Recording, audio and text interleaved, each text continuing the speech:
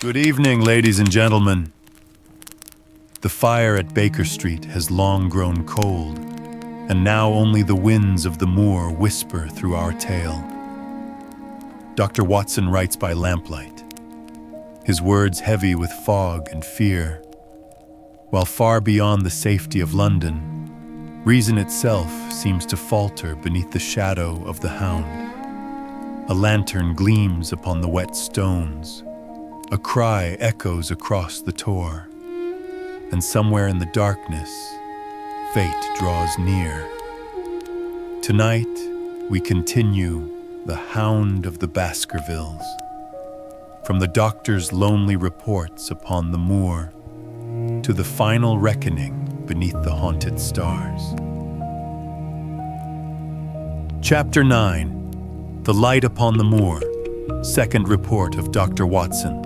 Baskerville Hall, October 15th. My dear Holmes, if I was compelled to leave you without much news during the early days of my mission, you must acknowledge that I am making up for lost time, and that events are now crowding thick and fast upon us. In my last report, I ended upon my top note with Barrymore at the window, and now I have quite a budget already which will, unless I am much mistaken, considerably surprise you. Things have taken a turn which I could not have anticipated. In some ways, they have within the last 48 hours become much clearer, and in some ways they have become more complicated. But I will tell you all, and you shall judge for yourself. Before breakfast on the morning following my adventure, I went down the corridor and examined the room in which Barrymore had been on the night before. The western window through which he had stared so intently has, I noticed, one peculiarity above all other windows in the house. It commands the nearest outlook onto the moor. There is an opening between two trees which enables one from this point of view to look right down upon it, while from all the other windows it is only a distant glimpse which can be obtained. It follows, therefore, that Barrymore, since only this window would serve the purpose, must have been looking out for something or somebody upon the moor. The night was very dark, so that I can hardly imagine how he could have hoped to see anyone. It had struck me that it was possible that some love intrigue was on foot. That would have accounted for his stealthy movements and also for the uneasiness of his wife. The man is a striking-looking fellow, very well equipped to steal the heart of a country girl, so that this theory seemed to have something to support it. That opening of the door, which I had heard after I had returned to my room, might mean that he had gone out to keep some clandestine appointment. So I reasoned with myself in the morning, and I tell you the direction of my suspicions, however much the result may have shown that they were unfounded. But whatever the true explanation of Barrymore's movements might be, I felt that the responsibility of keeping them to myself until I could explain them was more than I could bear. I had an interview with the baronet in his study after breakfast, and I told him all that I had seen. He was less surprised than I had expected. I knew that Barrymore walked about nights, and I had a mind to speak to him about it, said he. 2 or 3 times I have heard his steps in the passage, coming and going, just about the hour you name. Perhaps then he pays a visit every night to that particular window, I suggested. Perhaps he does. If so, we should be able to shadow him and see what it is that he is after. I wonder what your friend Holmes would do if he were here. I believe that he would do exactly what you now suggest, said I. He would follow Barrymore and see what he did. Then we shall do it together, but surely he would hear us. The man is rather deaf, and in any case we must take our chance of that. We'll sit up in my room tonight and wait until he passes. Sir Henry rubbed his hands with pleasure, and it was evident that he hailed the adventure as a relief to his somewhat quiet life upon the moor. The baronet has been in communication with the architect who prepared the plans for Sir Charles, and with a contractor from London, so that we may expect great changes to begin here soon.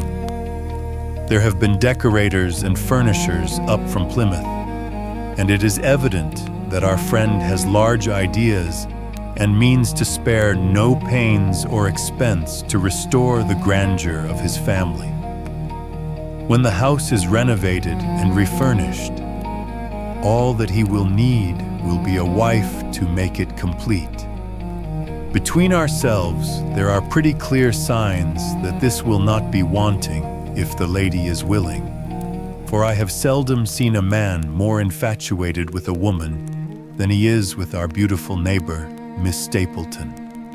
And yet the course of true love does not run quite as smoothly as one would under the circumstances expect. Today, for example, its surface was broken by a very unexpected ripple, which has caused our friend considerable perplexity and annoyance.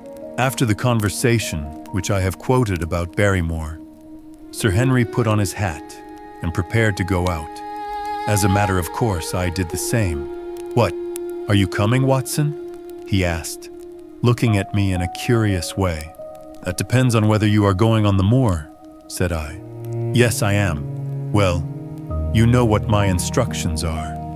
I am sorry to intrude, but you heard how earnestly Holmes insisted that I should not leave you, and especially that you should not go alone upon the moor." Sir Henry put his hand upon my shoulder with a pleasant smile. "My dear fellow," said he, "Holmes, with all his wisdom, did not foresee some things which have happened since I have been on the moor. You understand me? I am sure that you are the last man in the world who would wish to be a spoil sport. I must go out alone." It put me in a most awkward position. I was at a loss what to say or what to do, and before I had made up my mind, he picked up his cane and was gone.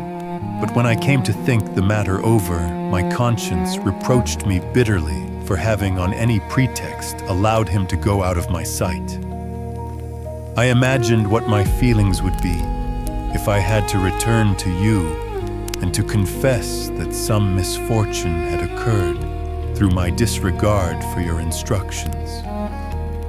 I assure you my cheeks flushed at the very thought.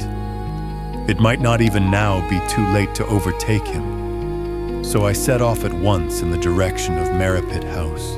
I hurried along the road at the top of my speed without seeing anything of Sir Henry until I came to the point where the moor path branches off.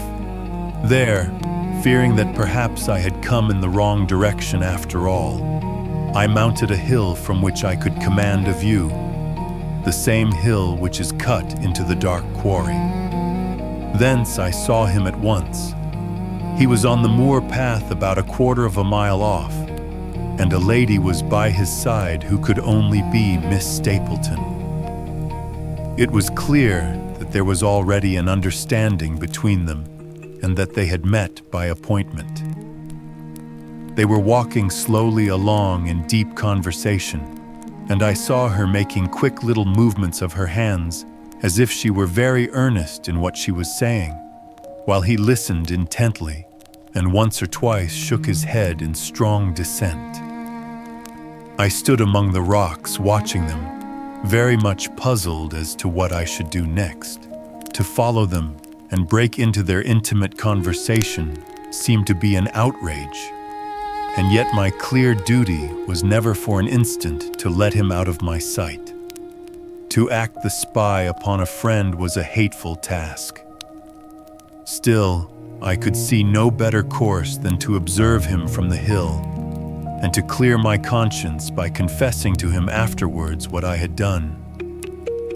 It is true that if any sudden danger had threatened him, I was too far away to be of use, and yet I am sure that you will agree with me that the position was very difficult, and that there was nothing more which I could do. Our friend, Sir Henry, and the lady had halted on the path and were standing deeply absorbed in their conversation, when I was suddenly aware that I was not the only witness of their interview. A wisp of green floating in the air caught my eye, and another glance showed me that it was carried on a stick by a man who was moving among the broken ground. It was Stapleton with his butterfly net. He was very much closer to the pair than I was, and he appeared to be moving in their direction. At this instant, Sir Henry suddenly drew Miss Stapleton to his seat. His arm was round her, but it seemed to me that she was straining away from him with her face averted. He stooped his head to hers, and she raised one hand as if in protest. Next moment, I saw them spring apart and turn hurriedly round. Stapleton was the cause of the interruption. He was running wildly towards them, his absurd net dangling behind him. He gesticulated and almost danced with excitement in front of the lovers. What the scene meant, I could not imagine, but it seemed to me that Stapleton was abusing Sir Henry, who offered explanations, which became more angry as the other refused to accept them. The lady stood by in haughty silence. Finally, Stapleton turned upon his heel and beckoned in a peremptory way to his sister, who, after an irresolute glance at Sir Henry, walked off by the side of her brother. The naturalist's angry gestures showed that the lady was included in his displeasure. The baronet stood for a minute looking after them, and then he walked slowly back the way that he had come, his head hanging, the very picture of dejection.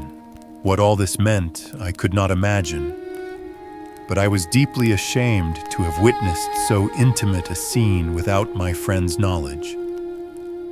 I ran down the hill, therefore, and met the baronet at the bottom. His face was flushed with anger, and his brows were wrinkled, like one who is at his wits' ends what to do. "Halloa, Watson, where have you dropped from?" said he. "You don't mean to say that you came after me in spite of all?" I explained everything to him, how I had found it impossible to remain behind, how I had followed him, and how I had witnessed all that had occurred. For an instant, his eyes blazed at me, but my frankness disarmed his anger, and he broke at last into a rather rueful laugh. "You would have thought the middle of that prairie a fairly safe place for a man to be private," said he. "But, by thunder, the whole countryside seems to have been out to see me do my wooing, and a mighty poor wooing at that. Where had you engaged a seat?" "I was on that hill." "Quite in the back row, eh?" But her brother was well up to the front. "Did you see him come out on us?" "Yes, I did." "Did he ever strike you as being crazy?" "This brother of hers? I can't say that he ever did." "I dare say not. I always thought him sane enough until today. But you can take it from me that either he or I ought to be in a straitjacket. What's the matter with me anyhow? You've lived near me for some weeks, Watson. Tell me straight now. Is there anything that would prevent me from making a good husband to a woman that I loved? I should say not. He can't object to my worldly position, so it must be myself that he has this down on. What has he against me? I never hurt man or woman in my life that I know of, and yet he would not so much as let me touch the tips of her fingers. Did he say so? That, and a deal more. I tell you, Watson, I've only known her these few weeks, but from the first I just felt that she was made for me, and she too, she was happy when she was with me, and that I'll swear. There's a light in a woman's eyes that speaks louder than words, but he has never let us get together, and it was only today for the first time that I saw a chance of having a few words with her alone. She was glad to meet me, but when she did, it was not love that she would talk about, and she wouldn't have let me talk about it either if she could have stopped it. She kept coming back to it, that this was a place of danger, and that she would never be happy until I had left it. I told her that since I had seen her, I was in no hurry to leave it, and that if she really wanted me to go, the only way to work it was for her to arrange to go with me. With that, I offered in as many words to marry her. But before she could answer, down came this brother of hers, running at us with a face on him like a madman. He was just white with rage, and those light eyes of his were blazing with fury. What was I doing with the lady? How dared I offer her attentions which were distasteful to her? Did I think that because I was a baronet, I could do what I liked? If he had not been her brother, I should have known better how to answer him. As it was, I told him that my feelings towards his sister were such as I was not ashamed of, and that I hoped that she might honor me by becoming my wife. That seemed to make the matter no better. So then I lost my temper too, and I answered him rather more hotly than I should perhaps, considering that she was standing by. So it ended by his going off with her, as you saw. And here am I as badly puzzled a man as any in this county. Just tell me what it all means, Watson, and I'll owe you more than ever I can hope to pay. I tried one or two explanations, but indeed, I was completely puzzled myself. Our friend's title, his fortune, his age, his character, and his appearance are all in his favor, and I know nothing against him unless it be this dark fate which runs in his family. That his advances should be rejected so brusquely without any reference to the lady's own wishes, and that the lady should accept the situation without protest is very amazing. However, our conjectures were set at rest by a visit from Stapleton himself that very afternoon. He had come to offer apologies for his rudeness of the morning, and after a long private interview with Sir Henry in his study, the upshot of their conversation was that the breach is quite healed, and that we are to dine at Merripit House next Friday as a sign of it. I don't say now that he isn't a crazy man, said Sir Henry. I can't forget the look in his eyes when he ran at me this morning, but I must allow that no man could make a more handsome apology than he has done. Did he give any explanation of his conduct? His sister is everything in his life, he says. That is natural enough, and I am glad that he should understand her value. They have always been together, and according to his account, he has been a very lonely man, with only her as a companion, so that the thought of losing her was really terrible to him. He had not understood, he said, that I was becoming attached to her, but when he saw with his own eyes that it was really so, and that she might be taken away from him, it gave him such a shock that for a time he was not responsible for what he said or did. He was very sorry for all that had passed, and he recognized how foolish and how selfish it was that he should imagine that he could hold a beautiful woman like his sister to himself for her whole life. If she had to leave him, he had rather it was to a neighbor like myself than to anyone else. But in any case, it was a blow to him, and it would take him some time before he could prepare himself to meet it. He would withdraw all opposition upon his part, if I would promise for 3 months to let the matter rest, and to be content with cultivating the lady's friendship during that time without claiming her love. This I promised, and so the matter rests. So there is one of our small mysteries cleared up. It is something to have touched bottom anywhere in this bog in which we are floundering. We know now why Stapleton looked with disfavor upon his sister's suitor, even when that suitor was so eligible a one as Sir Henry. And now I pass on to another thread, which I have extricated out of the tangled skein, the mystery of the sobs in the night, of the tear-stained face of Mrs. Barrymore, of the secret journey of the butler to the western lattice window. Congratulate me, my dear Holmes. and tell me that I have not disappointed you as an agent, that you do not regret the confidence which you showed in me when you sent me down. All these things have by one night's work been thoroughly cleared.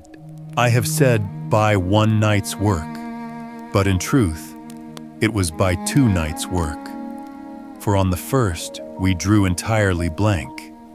I sat up with Sir Henry in his rooms until nearly 3 o'clock in the morning, but no sound of any sort did we hear except the chiming clock upon the stairs. It was a most melancholy vigil and ended by each of us falling asleep in our chairs. Fortunately, we were not discouraged, and we determined to try again. The next night, we lowered the lamp and sat smoking cigarettes without making the least sound.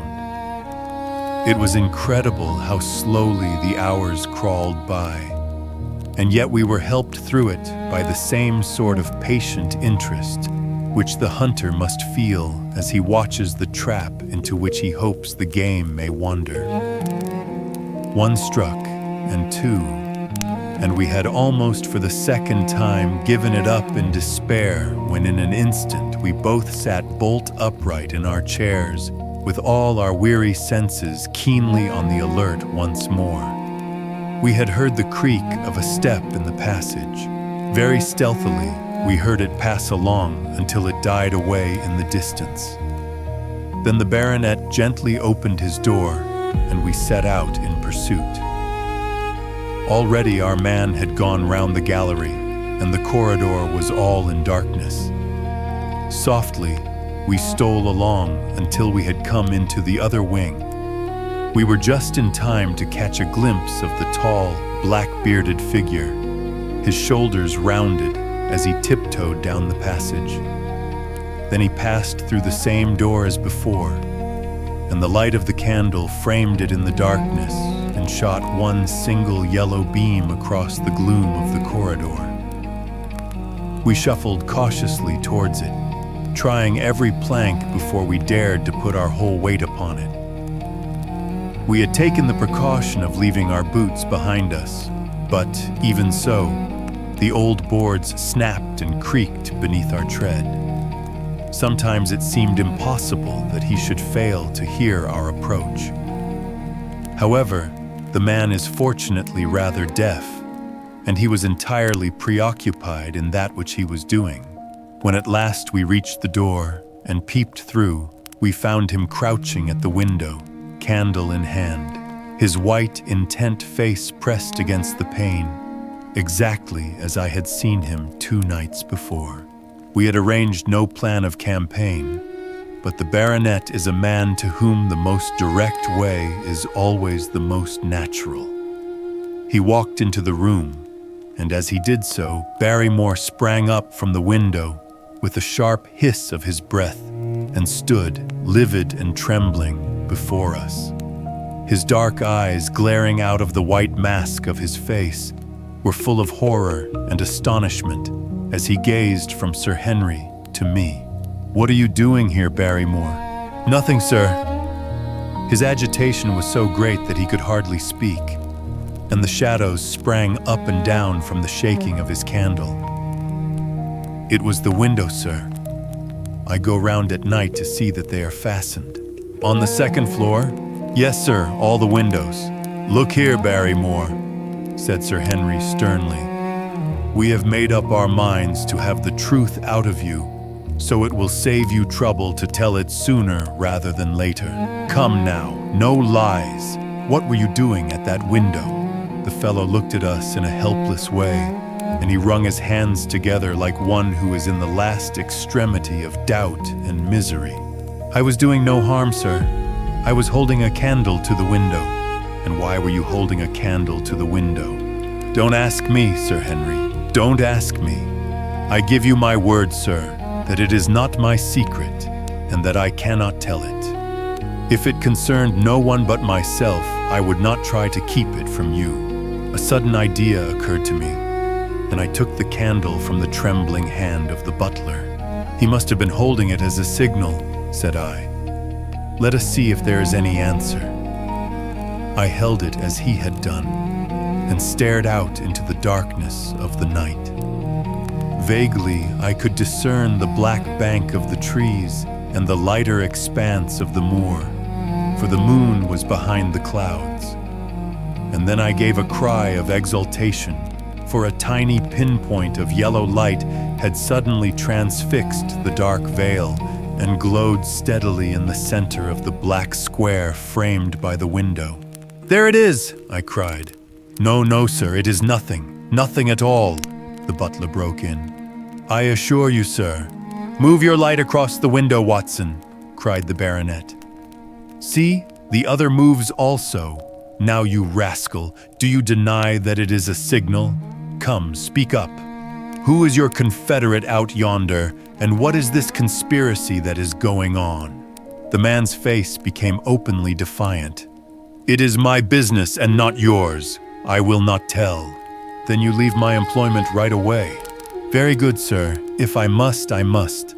And you go in disgrace. By thunder, you may well be ashamed of yourself. Your family has lived with mine for over 100 years under this roof, and here I find you deep in some dark plot against me." "No, no, sir. No, not against you." It was a woman's voice, and Mrs. Barrymore, paler and more horror-struck than her husband, was standing at the door. Her bulky figure in a shawl and skirt might have been comic, were it not for the intensity of feeling upon her face. "We have to go, Eliza. This is the end of it. You can pack our things," said the butler. "Oh, John, John, have I brought you to this? It is my doing, Sir Henry, all mine. He has done nothing except for my sake and because I asked him." "Speak out then! What does it mean?"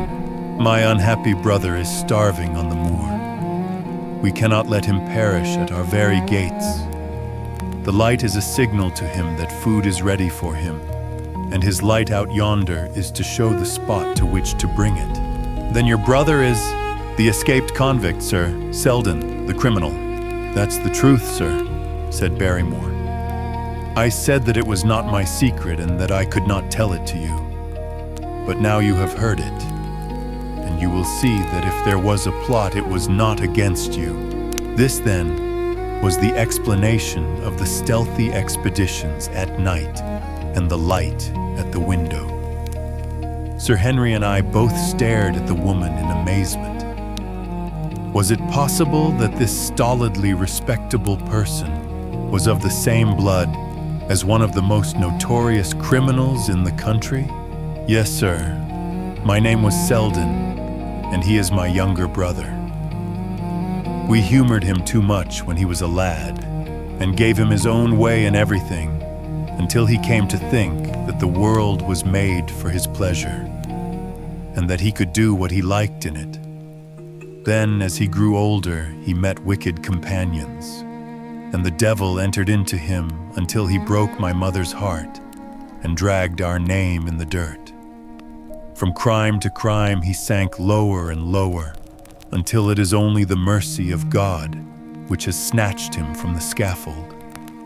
But to me, sir, he was always the little curly-headed boy that I had nursed and played with as an elder sister would. That was why he broke prison, sir. He knew that I was here and that we could not refuse to help him. When he dragged himself here one night, weary and starving, with the warders hard at his heels, what could we do? We took him in and fed him and cared for him. Then you returned, sir, and my brother thought he would be safer on the moor than anywhere else until the hue and cry was over. So he lay in hiding there. But every second night we made sure if he was still there by putting a light in the window. And if there was an answer, my husband took out some bread and meat to him. Every day we hoped that he was gone, but as long as he was there, we could not desert him. That is the whole truth. As I am an honest Christian woman, and you will see that if there is blame in the matter, it does not lie with my husband, but with me, for whose sake he has done all that he has. The woman's words came with an intense earnestness, which carried conviction with them.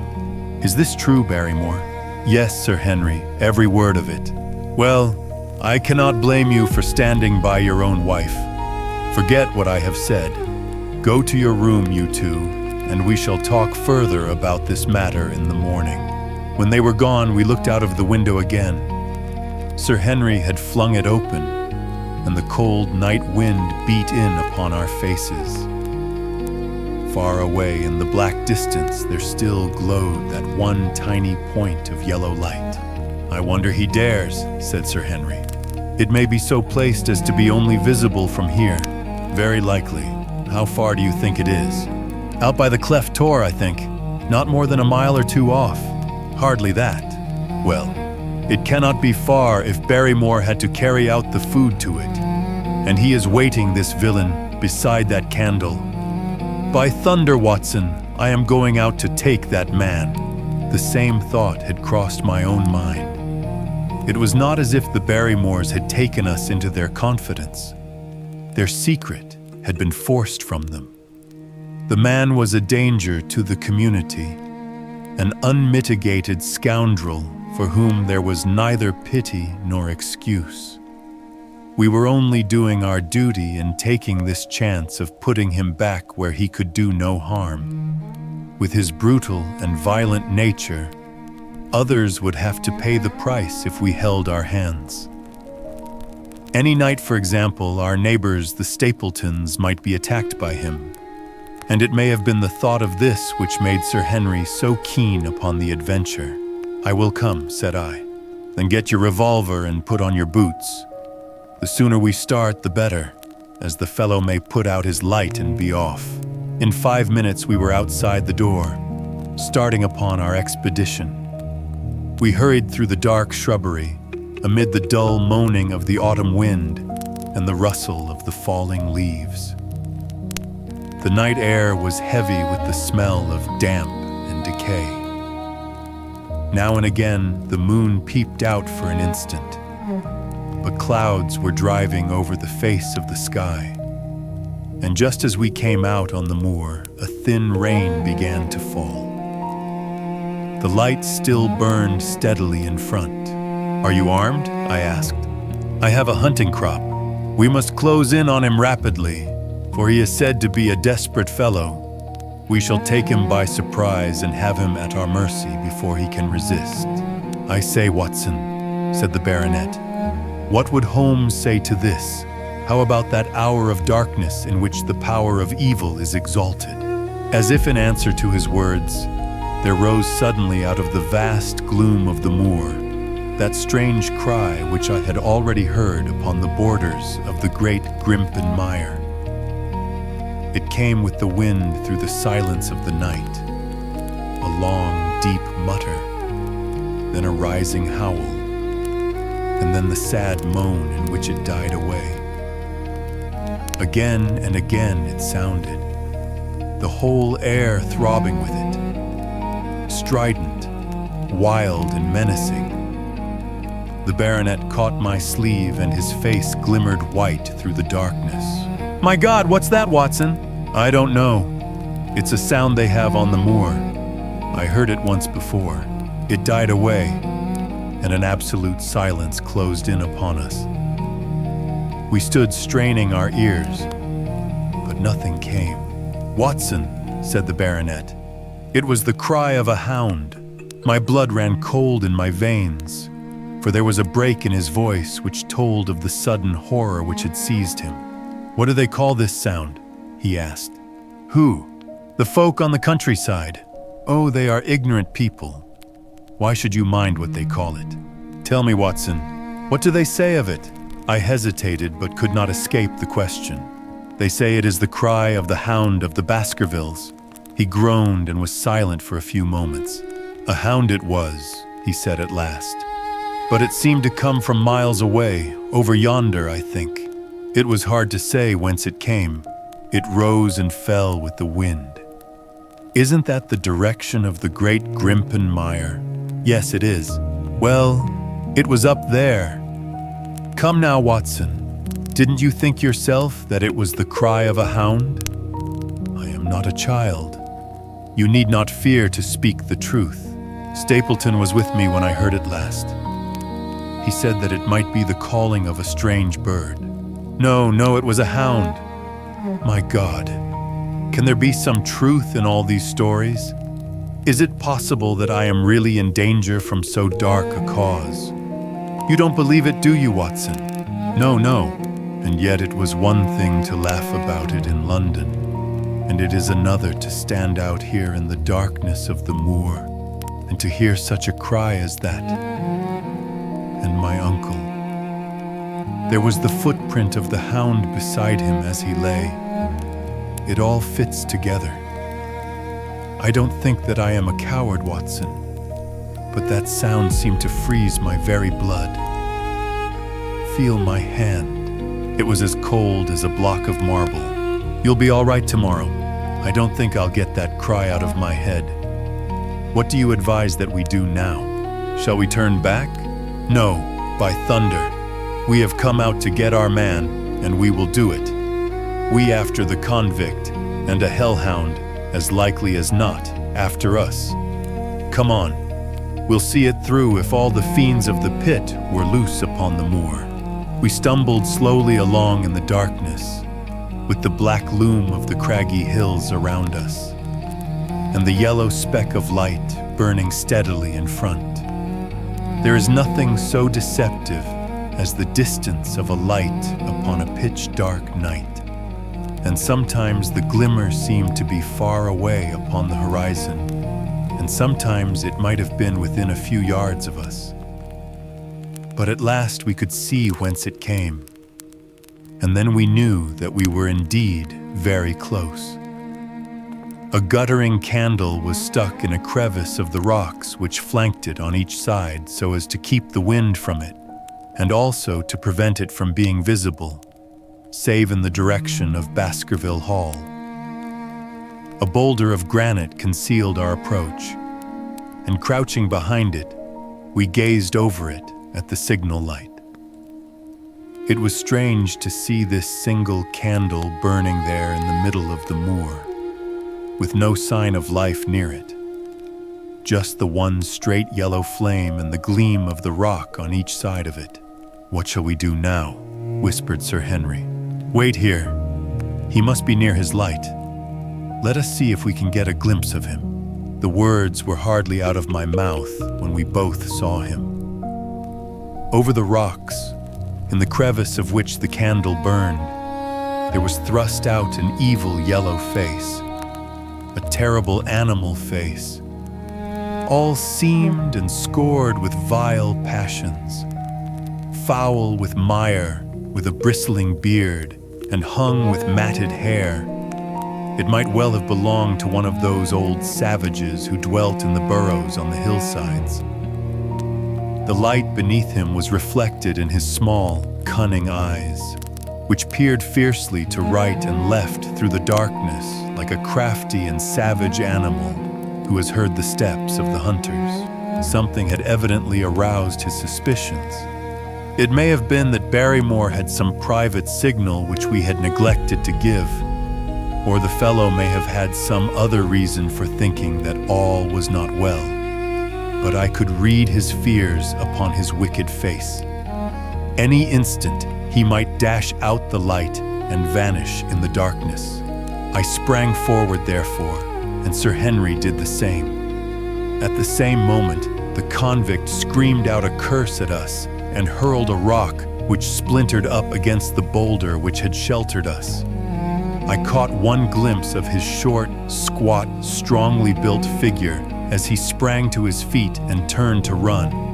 At the same moment, by a lucky chance, the moon broke through the clouds. We rushed over the brow of the hill, and there was our man running with great speed down the other side, springing over the stones in his way with the activity of a mountain goat. A lucky long shot of my revolver might have crippled him, but I had brought it only to defend myself if attacked, and not to shoot an unarmed man who was running away. We were both swift runners and in fairly good training, but we soon found that we had no chance of overtaking him. We saw him for a long time in the moonlight, until he was only a small speck moving swiftly among the boulders upon the side of a distant hill. We ran and ran until we were completely blown, but the space between us grew ever wider. Finally, we stopped and sat panting on two rocks, while we watched him disappearing in the distance. And it was at this moment that there occurred a most strange and unexpected thing. We had risen from our rocks and were turning to go home, having abandoned the hopeless chase. The moon was low upon the right, and the jagged pinnacle of a granite tor stood up against the lower curve of its silver disk. There, outlined as black as an ebony statue on that shining background, I saw the figure of a man upon the tor. Do not think that it was a delusion, Holmes. I assure you that I have never in my life seen anything more clearly. As far as I could judge, the figure was that of a tall, thin man. He stood with his legs a little separated, his arms folded, his head bowed, as if he were brooding over that enormous wilderness of peat and granite which lay before him. He might have been the very spirit of that terrible place. It was not the convict. This man was far from the place where the latter had disappeared. Besides, he was a much taller man. With a cry of surprise, I pointed him out to the baronet. But in the instant during which I had turned to grasp his arm, the man was gone. There was the sharp pinnacle of granite still cutting the lower edge of the moon, but its peak bore no trace of that silent and motionless figure. I wished to go in that direction and to search the tor, but it was some distance away. The baronet's nerves were still quivering from that cry, which recalled the dark story of his family, and he was not in the mood for fresh adventures. He had not seen this lonely man upon the tor, and could not feel the thrill which his strange presence and his commanding attitude had given to me. "A warder, no doubt," said he. "The Moor has been thick with them since this fellow escaped." Well, perhaps his explanation may be the right one, but I should like to have some further proof of it. Today we mean to communicate to the Princetown people where they should look for their missing man. But it is hard lines that we have not actually had the triumph of bringing him back as our own prisoner. Such are the adventures of last night, and you must acknowledge, my dear Holmes, that I have done you very well in the matter of a report. Much of what I tell you is no doubt quite irrelevant, but still I feel that it is best that I should let you have all the facts and leave you to select for yourself those which will be of most service to you in helping you to your conclusions. We are certainly making some progress. So far as the Barrymores go, we have found the motive of their actions, and that has cleared up the situation very much. But the Moor, with its mysteries and its strange inhabitants, remains as inscrutable as ever. Perhaps in my next, I may be able to throw some light upon this also. Best of all would it be if you could come down to us. In any case, you will hear from me again in the course of the next few days. Chapter 10. Extract from the Diary of Dr. Watson. So far, I have been able to quote from the reports which I have forwarded during these early days to Sherlock Holmes. Now, however, I have arrived at a point in my narrative where I am compelled to abandon this method and to trust once more to my recollections, aided by the diary which I kept at the time. A few extracts from the latter will carry me on to those scenes which are indelibly fixed in every detail upon my memory. I proceed, then, from the morning which followed our abortive chase of the convict and our other strange experiences upon the moor. October 16th. a dull and foggy day with a drizzle of rain. The house is banked in with rolling clouds, which rise now and then to show the dreary curves of the moor, with thin silver veins upon the sides of the hills, and the distant boulders gleaming where the light strikes upon their wet faces. It is melancholy outside and in. The baronet is in a black reaction after the excitements of the night. I am conscious myself of a weight at my heart and a feeling of impending danger, ever-present danger, which is the more terrible because I am unable to define it. And have I not cause for such a feeling? Consider the long sequence of incidents which have all pointed to some sinister influence which is at work around us. There is the death of the last occupant of the hall, fulfilling so exactly the conditions of the family legend. And there are the repeated reports from peasants of the appearance of a strange creature upon the moor. Twice I have with my own ears heard the sound which resembled the distant baying of a hound. It is incredible, impossible, that it should really be outside the ordinary laws of nature. A spectral hound which leaves material footmarks and fills the air with its howling is surely not to be thought of. Stapleton may fall in with such a superstition, and Mortimer also, but if I have one quality upon earth, it is common sense, and nothing will persuade me to believe in such a thing. To do so would be to descend to the level of these poor peasants, who are not content with a mere fiend dog, but must needs describe him with hellfire shooting from his mouth and eyes. Holmes would not listen to such fancies, and I am his agent. But facts are facts, and I have twice heard this crying upon the moor.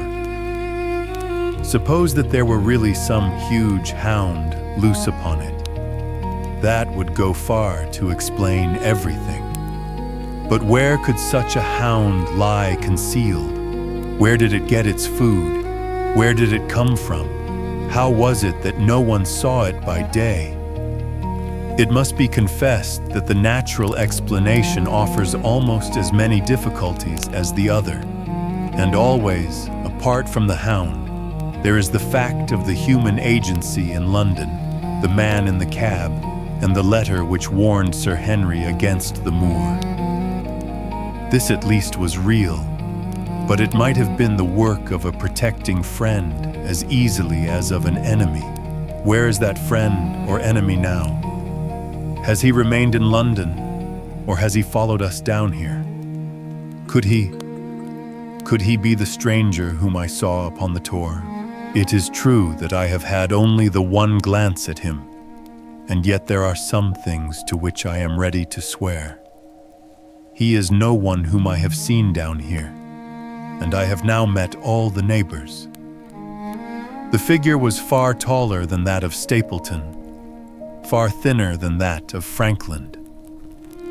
Barrymore it might possibly have been, but we had left him behind us, and I am certain that he could not have followed us.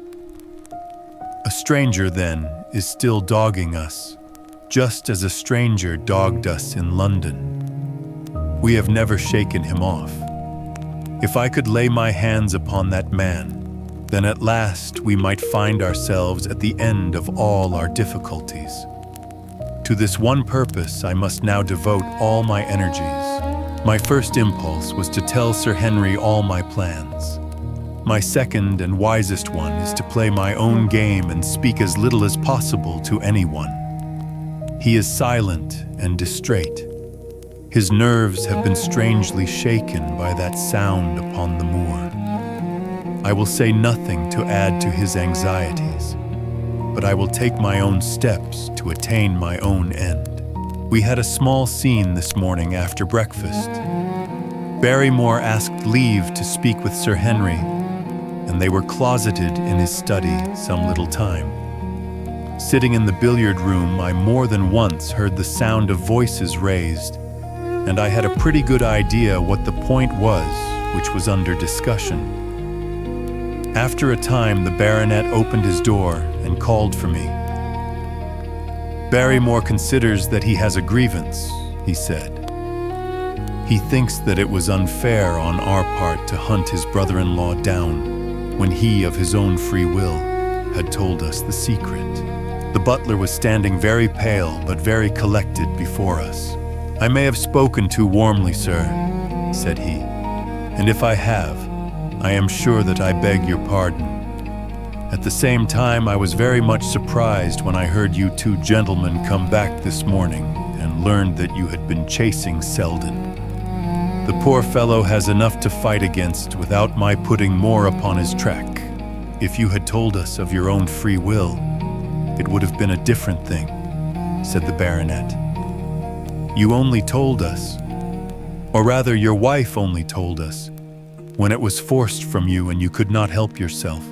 I didn't think you would have taken advantage of it, Sir Henry. Indeed, I didn't. The man is a public danger. There are lonely houses scattered over the moor, and he is a fellow who would stick at nothing.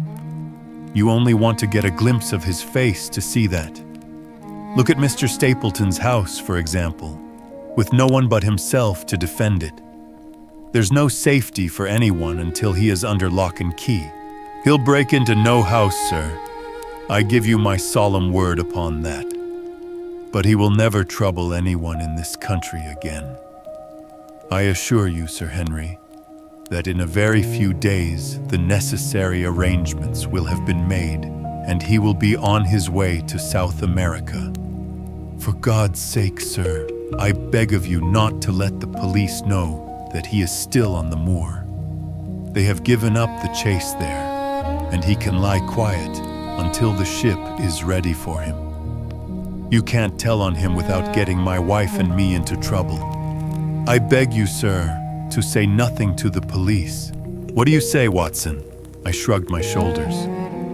If he were safely out of the country, it would relieve the taxpayer of a burden. But how about the chance of his holding someone up before he goes? He would not do anything so mad, sir. We have provided him with all that he can want. To commit a crime would be to show where he was hiding. "That is true," said Sir Henry. "Well, Barrymore, God bless you, sir, and thank you from my heart. It would have killed my poor wife had he been taken again. I guess we are aiding and abetting a felony, Watson. But after what we have heard, I don't feel as if I could give the man up. So there is an end of it. All right, Barrymore, you can go."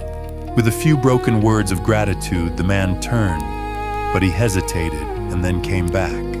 "You've been so kind to us, sir, that I should like to do the best I can for you in return.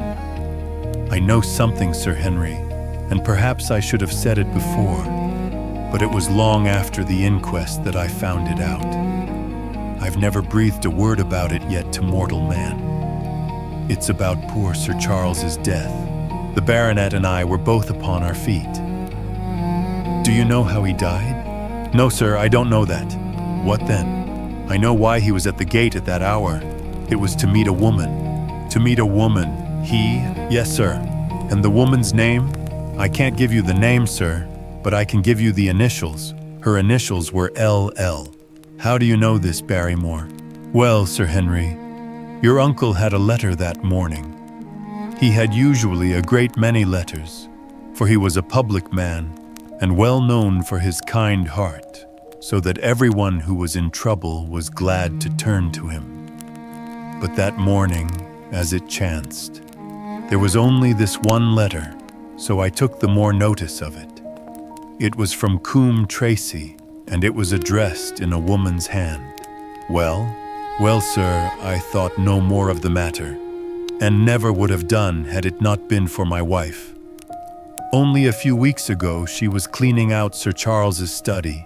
It had never been touched since his death, and she found the ashes of a burned letter in the back of the grate. The greater part of it was charred to pieces, but one little slip, the end of a page, hung together, and the writing could still be read, though it was gray on a black ground. It seemed to us to be a postscript at the end of the letter, and it said, "Please, please, as you are a gentleman, burn this letter and be at the gate by 10 o'clock." Beneath it were signed the initials LL. Have you got that slip? No, sir. It crumbled all to bits after we moved it. Had Sir Charles received any other letters in the same writing? Well, sir, I took no particular notice of his letters. I should not have noticed this one, only it happened to come alone. And you have no idea who LL is? No, sir. No more than you have. But I expect if we could lay our hands upon that lady, we should know more about Sir Charles's death. I cannot understand, Barrymore, how you came to conceal this important information. Well, sir, it was immediately after that our own trouble came to us. And then again, sir, we were both of us very fond of Sir Charles, as we well might be considering all that he has done for us. To rake this up couldn't help our poor master, and it's well to go carefully when there's a lady in the case. Even the best of us. You thought it might injure his reputation. Well, sir, I thought no good could come of it. But now you have been kind to us, and I feel as if it would be treating you unfairly not to tell you all that I know about the matter. Very good, Barrymore. You can go. When the butler had left us, Sir Henry turned to me. Well, Watson, what do you think of this new light? It seems to leave the darkness rather blacker than before, so I think. But if we can only trace LL, it should clear up the whole business. We have gained that much. We know that there is someone who has the facts, if we can only find her. What do you think we should do? Let Holmes know all about it at once. It will give him the clue for which he has been seeking. I am much mistaken if it does not bring him down. I went at once to my room and drew up my report of the morning's conversation for Holmes. It was evident to me that he had been very busy of late, for the notes which I had from Baker Street were few and short, with no comments upon the information which I had supplied, and hardly any reference to my mission. No doubt his blackmailing case is absorbing all his faculties. And yet this new factor must surely arrest his attention and renew his interest. I wish that he were here. October 17th. All day today the rain poured down, rustling on the ivy and dripping from the eaves. I thought of the convict out upon the bleak, cold, shelterless moor. Poor devil. Whatever his crimes, he has suffered something to atone for them. And then I thought of that other one, the face in the cab, the figure against the moon. Was he also out in that deluge? The unseen watcher, the man of darkness. In the evening I put on my waterproof and I walked far upon the sodden moor, full of dark imaginings, the rain beating upon my face and the wind whistling about my ears. God help those who wander into the great mire now, for even the firm uplands are becoming a morass. I found the black tor upon which I had seen the solitary watcher, and from its craggy summit I looked out myself across the melancholy downs. Rain squalls drifted across their russet face, and the heavy slate-colored clouds hung low over the landscape, trailing in gray wreaths down the sides of the fantastic hills. In the distant hollow on the left, half hidden by the mist, the two thin towers of Baskerville Hall rose above the trees. They were the only signs of human life which I could see, save only those prehistoric huts which lay thickly upon the slopes of the hills. Nowhere was there any trace of that lonely man whom I had seen on the same spot 2 nights before. As I walked back, I was overtaken by Dr. Mortimer driving in his dog cart over a rough moorland track which led from the outlying farmhouse of Foulmire. He has been very attentive to us, and hardly a day has passed that he has not called at the hall to see how we were getting on. He insisted upon my climbing into his dog cart, and he gave me a lift homeward. I found him much troubled over the disappearance of his little spaniel. It had wandered on to the moor and had never come back. I gave him such consolation as I might, but I thought of the pony on the Grimpen mire, and I do not fancy that he will see his little dog again. By the way, Mortimer, said I as we jolted along the rough road, I suppose there are few people living within driving distance of this whom you do not know. Hardly any, I think. Can you then tell me the name of any woman whose initials are LL? He thought for a few minutes. No, said he. There are a few gypsies and laboring folk for whom I can't answer, but among the farmers or gentry there is no one whose initials are those. Wait a bit, though, he added after a pause. There is Laura Lyons. Her initials are LL, but she lives in Coombe Tracy. Who is she? I asked. She is Franklin's daughter. What? Old Franklin the Crank? Exactly. She married an artist named Lyons, who came sketching on the moor. He proved to be a blackguard and deserted her. The fault, from what I hear, may not have been entirely on one side. Her father refused to have anything to do with her because she had married without his consent, and perhaps for one or two other reasons as well. So, between the old sinner and the young one, the girl has had a pretty bad time. How does she live? I fancy old Franklin allows her a pittance, but it cannot be more, for his own affairs are considerably involved. Whatever she may have deserved, one could not allow her to go hopelessly to the bad. Her story got about, and several of the people here did something to enable her to earn an honest living. Stapleton did for one, and Sir Charles for another. I gave a trifle myself. It was to set her up in a typewriting business. He wanted to know the object of my inquiries, but I managed to satisfy his curiosity without telling him too much. For there is no reason why we should take anyone into our confidence. Tomorrow morning I shall find my way to Coombe Tracy, and if I can see this Mrs. Laura Lyons of equivocal reputation, a long step will have been made towards clearing one incident in this chain of mysteries. I am certainly developing the wisdom of the serpent, for when Mortimer pressed his questions to an inconvenient extent, I asked him casually to what type Franklin's skull belonged, and so heard nothing but craniology for the rest of our drive. I have not lived for years with Sherlock Holmes for nothing. I have only one other incident to record upon this tempestuous and melancholy day. This was my conversation with Barrymore just now, which gives me one more strong card which I can play in due time. Mortimer had stayed to dinner, and he and the baronet played écarté afterwards. The butler brought me my coffee into the library, and I took the chance to ask him a few questions. Well, said I, has this precious relation of yours departed, or is he still lurking out yonder? I don't know, sir. I hope to heaven that he is gone, for he has brought nothing but trouble here.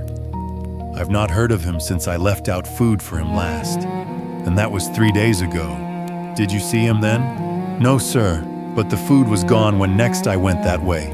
Then he was certainly there, so you would think, sir, unless it was the other man who took it. I sat with my coffee cup halfway to my lips and stared at Barrymore. You know that there is another man, then? Yes, sir. There is another man upon the moor. Have you seen him? No, sir. How do you know of him, then? Selden told me of him, sir, a week ago or more. He's in hiding, too, but he's not a convict as far as I can make out. I don't like it, Dr. Watson. I tell you straight, sir, that I don't like it. He spoke with a sudden passion of earnestness. Now listen to me, Barrymore. I have no interest in this matter but that of your master. I have come here with no object except to help him. Tell me frankly what it is that you don't like. Barrymore hesitated for a moment, as if he regretted his outburst, or found it difficult to express his own feelings in words. "It's all these goings-on, sir," he cried at last, waving his hand towards the rain-lashed window which faced the moor. "There's foul play somewhere, and there's black villainy brewing, to that I'll swear. Very glad I should be, sir, to see Sir Henry on his way back to London again. But what is it that alarms you? Look at Sir Charles's death. That was bad enough, for all that the coroner said. Look at the noises on the moor at night. There's not a man would cross it after sundown if he was paid for it. Look at this stranger hiding out yonder, and watching and waiting. What's he waiting for? What does it mean? It means no good to anyone of the name of Baskerville, and very glad I shall be to be quit of it all on the day that Sir Henry's new servants are ready to take over the hall. But about this stranger, said I, can you tell me anything about him? What did Selden say? Did he find out where he hid, or what he was doing? He saw him once or twice, but he is a deep one, and gives nothing away. At first he thought that he was the police, but soon he found that he had some lay of his own. A kind of gentleman he was, as far as he could see, but what he was doing he could not make out. And where did he say that he lived? Among the old houses on the hillside, the stone huts where the old folk used to live.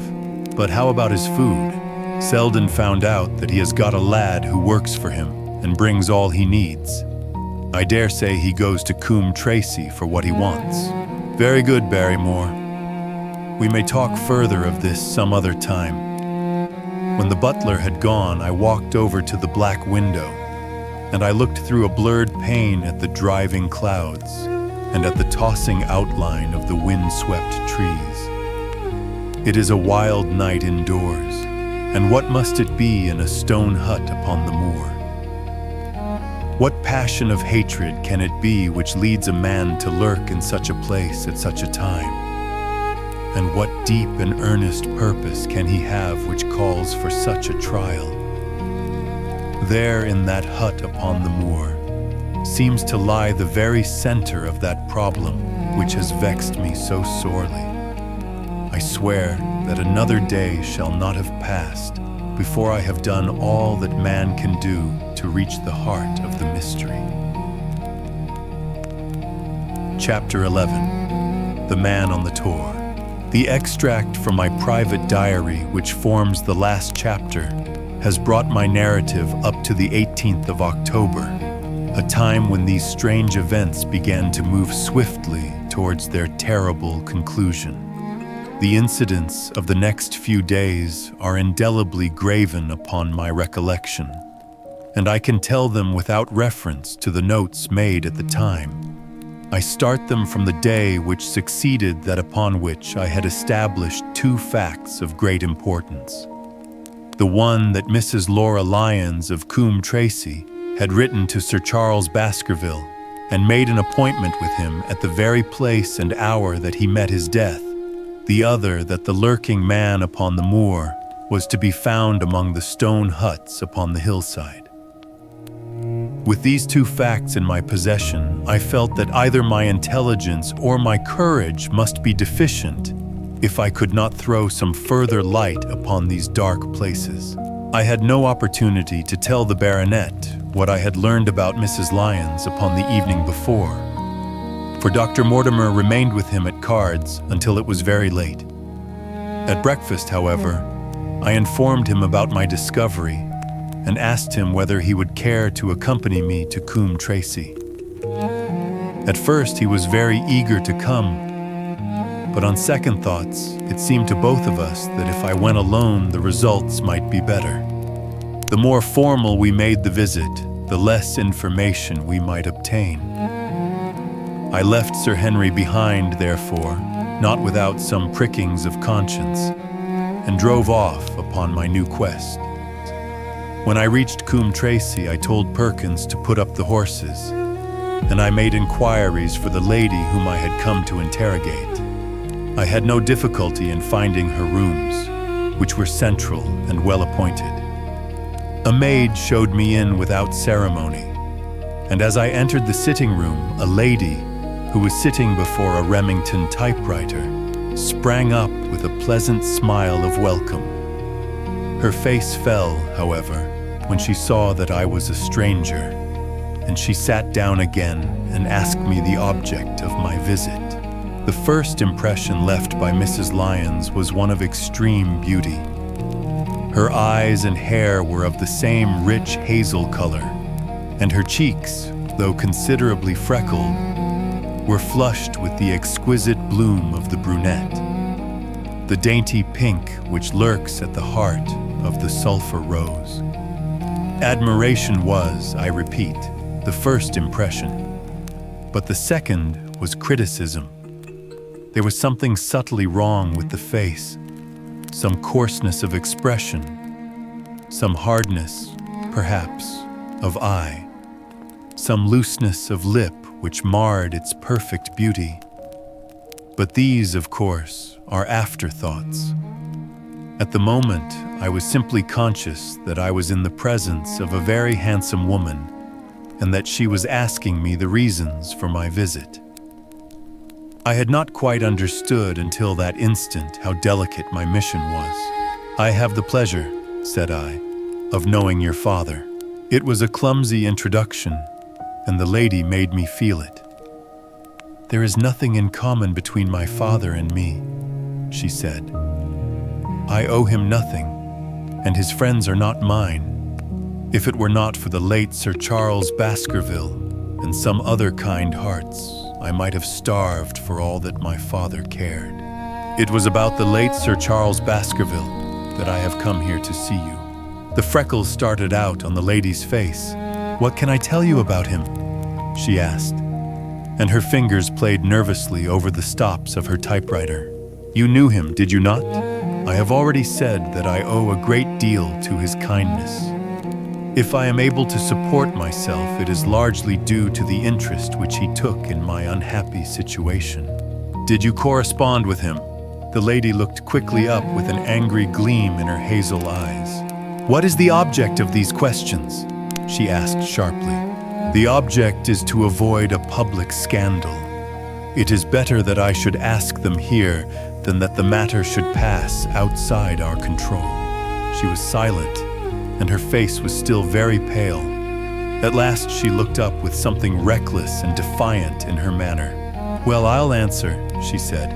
"What are your questions? Did you correspond with Sir Charles?"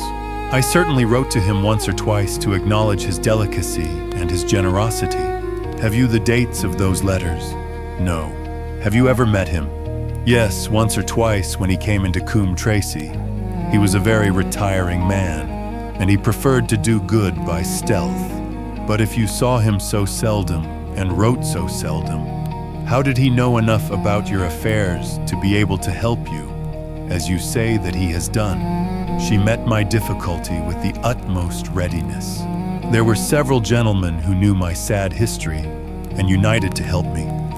One was Mr. Stapleton, a neighbor and intimate friend of Sir Charles's. He was exceedingly kind, and it was through him that Sir Charles learned about my affairs. I knew already that Sir Charles Baskerville had made Stapleton his almoner upon several occasions, so the lady's statement bore the impress of truth upon it. "Did you ever write to Sir Charles asking him to meet you?" I continued. Mrs. Lyons flushed with anger again. "Really, sir, this is a very extraordinary question. I am sorry, madam, but I must repeat it." Then I answer, "Certainly not. Not on the very day of Sir Charles's death?" The flush had faded in an instant, and a deathly face was before me. Her dry lips could not speak the no which I saw rather than heard. "Surely your memory deceives you," said I. "I could even quote a passage of your letter. It ran, 'Please, please, as you are a gentleman, burn this letter and be at the gate by 10 o'clock. I thought that she had fainted, but she recovered herself by a supreme effort. "Is there no such thing as a gentleman?" she gasped. "You do Sir Charles an injustice. He did burn the letter, but sometimes a letter may be legible even when burned. You acknowledge now that you wrote it? Yes, I did write it, she cried, pouring out her soul in a torrent of words. I did write it. Why should I deny it? I have no reason to be ashamed of it. I wished him to help me. I believed that if I had an interview, I could gain his help, so I asked him to meet me. But why at such an hour? Because I had only just learned that he was going to London next day and might be away for months. There were reasons why I could not get there earlier. But why a rendezvous in the garden instead of a visit to the house? Do you think a woman could go alone at that hour to a bachelor's house? Well, what happened when you did get there? I never went. Mrs. Lyons, no, I swear it to you on all I hold sacred. I never went. Something intervened to prevent my going. What was that? That is a private matter. I cannot tell it. You acknowledge then that you made an appointment with Sir Charles at the very hour and place at which he met his death. But you deny that you kept the appointment. That is the truth. Again and again I cross-questioned her, but I could never get past that point. Mrs. Lyons, said I as I rose from this long and inconclusive interview, you are taking a very great responsibility and putting yourself in a very false position by not making an absolutely clean breast of all that you know. If I have to call in the aid of the police, you will find how seriously you are compromised. If your position is innocent, why did you in the first instance deny having written to Sir Charles upon that date? Because I feared that some false conclusion might be drawn from it, and that I might find myself involved in a scandal. And why were you so pressing that Sir Charles should destroy your letter? If you have read the letter, you will know. I did not say that I had read all the letter. You quoted some of it. I quoted the postscript. The letter had, as I said, been burned, and it was not all legible. I ask you once again why it was that you were so pressing that Sir Charles should destroy this letter which he received on the day of his death. The matter is a very private one. The more reason why you should avoid a public investigation. I will tell you then. If you have heard anything of my unhappy history, you will know that I made a rash marriage and had reason to regret it. I have heard so much. My life has been one incessant persecution from a husband whom I abhor. The law is upon his side, and every day I am faced by the possibility that he may force me to live with him. At the time that I wrote this letter to Sir Charles, I had learned that there was a prospect of my regaining my freedom if certain expenses could be met. It meant everything to me: peace of mind, happiness, self-respect, everything. I knew Sir Charles's generosity, and I thought that if he heard the story from my own lips, he would help me. Then how is it that you did not go? Because I received help in the interval from another source. Why then did you not write to Sir Charles and explain this? So I should have done had I not seen his death in the paper next morning. The woman's story hung coherently together, and all my questions were unable to shake it. I could only check it by finding if she had, indeed, instituted divorce proceedings against her husband at or about the time of the tragedy. It was unlikely that she would dare to say that she had not been to Baskerville Hall if she really had been, for a trap would be necessary to take her there, and could not have returned to Coombe Tracy until the early hours of the morning. Such an excursion could not be kept secret. The probability was, therefore, that she was telling the truth, or at least a part of the truth. I came away baffled and disheartened. Once again, I had reached that dead wall which seemed to be built across every path by which I tried to get at the object of my mission. And yet the more I thought of the lady's face and of her manner, the more I felt that something was being held back from me. Why should she turn so pale? Why should she fight against every admission until it was forced from her? Why should she have been so reticent at the time of the tragedy? Surely the explanation of all this could not be as innocent as she would have me believe. For the moment, I could proceed no farther in that direction, but must turn back to that other clue which was to be sought for among the stone huts upon the moor. And that was a most vague direction. I realized it as I drove back and noted how hill after hill showed traces of the ancient people. Barrymore's only indication had been that the stranger lived in one of these abandoned huts, and many hundreds of them are scattered throughout the length and breadth of the moor. But I had my own experience for a guide, since it had shown me the man himself standing upon the summit of the Black Tor. That, then, should be the center of my search. From there I should explore every hut upon the moor until I lighted upon the right one. If this man were inside it, I should find out from his own lips, at the point of my revolver if necessary, who he was and why he had dogged us so long. He might slip away from us in the crowd of Regent Street, but it would puzzle him to do so upon the lonely moor. On the other hand, if I should find the hut, and its tenant should not be within it, I must remain there, however long the vigil, until he returned. Holmes had missed him in London. It would indeed be a triumph for me if I could run him to earth where my master had failed.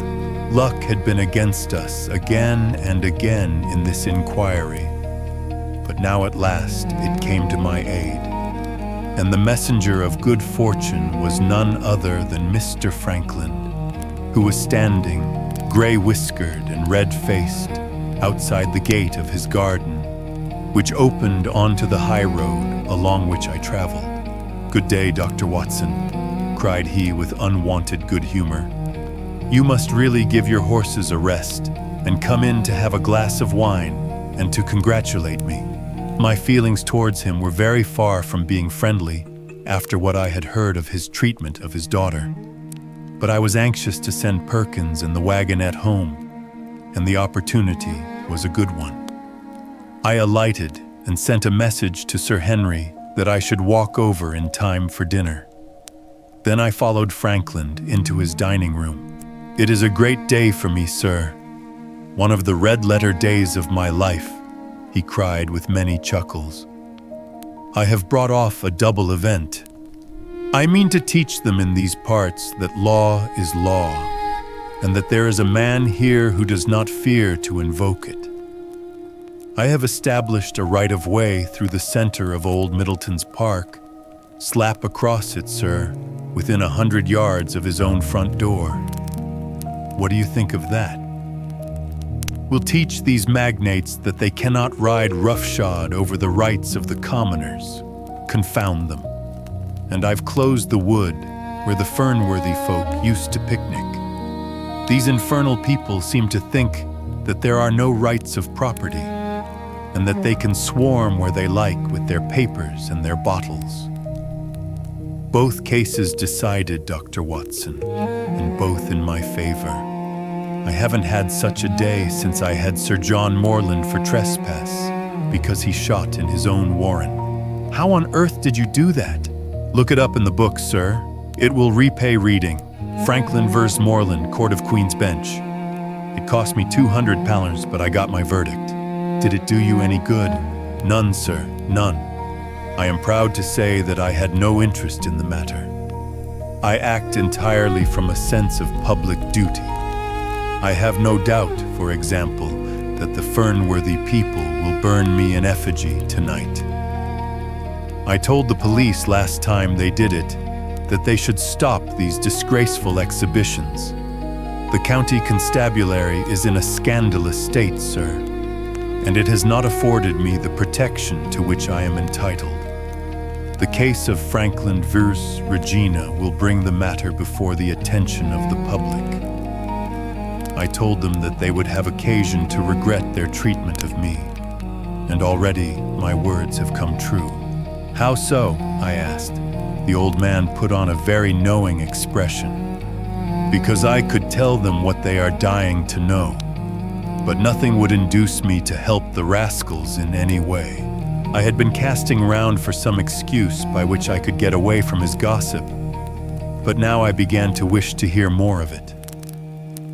I had seen enough of the contrary nature of the old sinner to understand that any strong sign of interest would be the surest way to stop his confidences. "Some poaching case, no doubt?" said I with an indifferent manner. "Ha ha, my boy, a very much more important matter than that. What about the convict on the moor?" I stared. "You don't mean that you know where he is?" said I. "I may not know exactly where he is, but I am quite sure that I could help the police to lay their hands on him. Has it never struck you that the way to catch that man was to find out where he got his food and so trace it to him?" He certainly seemed to be getting uncomfortably near the truth. "No doubt," said I. "But how do you know that he is anywhere upon the moor?" "I know it because I have seen with my own eyes the messenger who takes him his food." My heart sank for Barrymore. It was a serious thing to be in the power of this spiteful old busybody. But his next remark took a weight from my mind. "You'll be surprised to hear that his food is taken to him by a child. I see him every day through my telescope upon the roof. He passes along the same path at the same hour, and to whom should he be going except to the convict? Here was luck indeed. And yet I suppressed all appearance of interest. A child. Barrymore had said that our unknown was supplied by a boy. It was on his track, and not upon the convict's, that Franklin had stumbled. If I could get his knowledge, it might save me a long and weary hunt. But incredulity and indifference were evidently my strongest cards. I should say that it was much more likely that it was the son of one of the moorland shepherds taking out his father's dinner. The least appearance of opposition struck fire out of the old autocrat. His eyes looked malignantly at me, and his gray whiskers bristled like those of an angry cat. "Indeed, sir," said he, pointing out over the wide-stretching moor. "Do you see that black tor over yonder? Well, do you see the low hill beyond with the thorn bush upon it? It is the stoniest part of the whole moor. Is that a place where a shepherd would be likely to take his station? Your suggestion, sir, is a most absurd one." I meekly answered that I had spoken without knowing all the facts. My submission pleased him and led him to further confidences. "You may be sure, sir, that I have very good grounds before I come to an opinion. I have seen the boy again and again with his bundle. Every day, and sometimes twice a day, I have been able— But wait a moment, Dr. Watson. Do my eyes deceive me? Or is there at the present moment something moving upon that hillside?" It was several miles off, but I could distinctly see a small dark dot against the dull green and gray. "Come, sir! Come!" cried Franklin, rushing upstairs. "You will see with your own eyes and judge for yourself." The telescope, a formidable instrument mounted upon a tripod, stood upon the flat leads of the house. Franklin clapped his eye to it and gave a cry of satisfaction. "Quick, Dr. Watson, quick, before he passes over the hill!" There he was, sure enough, a small urchin with a little bundle upon his shoulder, toiling slowly up the hill. When he reached the crest, I saw the ragged, uncouth figure outlined for an instant against the cold blue sky. He looked round him with a furtive and stealthy air, as one who dreads pursuit. Then he vanished over the hill. Well, am I right? Certainly there is a boy who seems to have some secret errand. And what the errand is, even a county constable could guess. But not one word shall they have from me. And I bind you to secrecy also, Dr. Watson. Not a word. You understand, just as you wish. They have treated me shamefully, shamefully. When the facts come out in Franklin vs. Regina, I venture to think that a thrill of indignation will run through the country. Nothing would induce me to help the police in any way. For all they cared, it might have been me, instead of my effigy, which these rascals burned at the stake. Surely you are not going. You will help me to empty the decanter in honor of this great occasion. But I resisted all his solicitations and succeeded in dissuading him from his announced intention of walking home with me. I kept the road as long as his eye was on me, and then I struck off across the moor and made for the stony hill over which the boy had disappeared.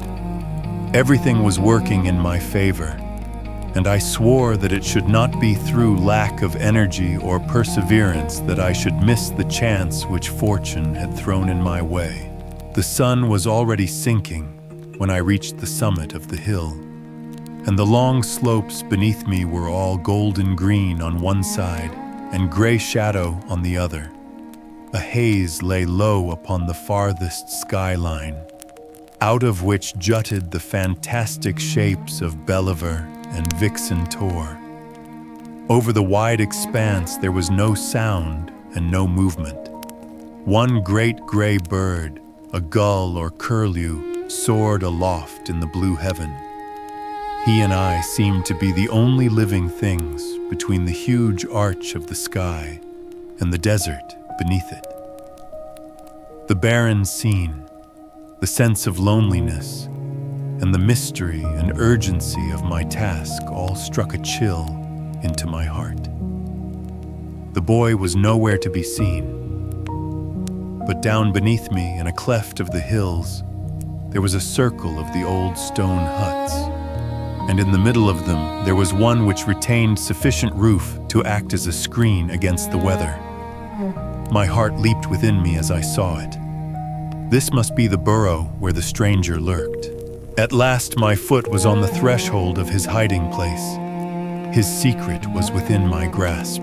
As I approached the hut, walking as warily as Stapleton would do when with poised net he drew near the settled butterfly, I satisfied myself that the place had indeed been used as a habitation. A vague pathway among the boulders led to the dilapidated opening which served as a door. All was silent within. The unknown might be lurking there, or he might be prowling on the moor. My nerves tingled with the sense of adventure. Throwing aside my cigarette, I closed my hand upon the butt of my revolver, and walking swiftly up to the door, I looked in. The place was empty, but there were ample signs that I had not come upon a false scent. This was certainly where the man lived. Some blankets rolled in a waterproof lay upon that very stone slab upon which Neolithic man had once slumbered. The ashes of a fire were heaped in a rude grate. Beside it lay some cooking utensils and a bucket half full of water. A litter of empty tins showed that the place had been occupied for some time, and I saw, as my eyes became accustomed to the checkered light, a pannikin and a half-full bottle of spirits standing in the corner. In the middle of the hut, a flat stone served the purpose of a table, and upon this stood a small cloth bundle, the same, no doubt, which I had seen through the telescope upon the shoulder of the boy. It contained a loaf of bread, a tinned tongue, and 2 tins of preserved peaches. As I set it down again, after having examined it, my heart leaped to see that beneath it there lay a sheet of paper with writing upon it. I raised it, and this was what I read, roughly scrawled in pencil. Dr. Watson has gone to Coombe Tracy. For a minute I stood there with the paper in my hands, thinking out the meaning of this curt message. It was I, then, and not Sir Henry, who was being dogged by this secret man. He had not followed me himself, but he had set an agent, the boy perhaps, upon my track, and this was his report. Possibly I had taken no step since I had been upon the moor, which had not been observed and reported. Always there was this feeling of an unseen force, a fine net drawn round us with infinite skill and delicacy, holding us so lightly that it was only at some supreme moment that one realized that one was indeed entangled in its meshes. If there was one report, there might be others, so I looked round the hut in search of them. There was no trace, however, of anything of the kind, nor could I discover any sign which might indicate the character or intentions of the man who lived in this singular place, save that he must be of Spartan habits and cared little for the comforts of life. When I thought of the heavy rains and looked at the gaping roof, I understood how strong and immutable must be the purpose which had kept him in that inhospitable abode. Was he our malignant enemy, or was he by chance our guardian angel? I swore that I would not leave the hut until I knew. Outside, the sun was sinking low, and the west was blazing with scarlet and gold. Its reflection was shot back in ruddy patches by the distant pools which lay amid the great Grimpen mire. There were the two towers of Baskerville Hall, and there a distant blur of smoke which marked the village of Grimpen. Between the two, behind the hill, was the house of the Stapletons. All was sweet and mellow and peaceful in the golden evening light. And yet, as I looked at them, my soul shared none of the peace of nature, but quivered at the vagueness and the terror of that interview, which every instant was bringing nearer. With tingling nerves but a fixed purpose, I sat in the dark recess of the hut and waited with somber patience for the coming of its tenant. And then, at last, I heard him. Far away came the sharp clink of a boot striking upon a stone.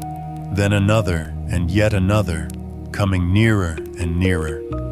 I shrank back into the darkest corner and cocked the pistol in my pocket, determined not to discover myself until I had an opportunity of seeing something of the stranger.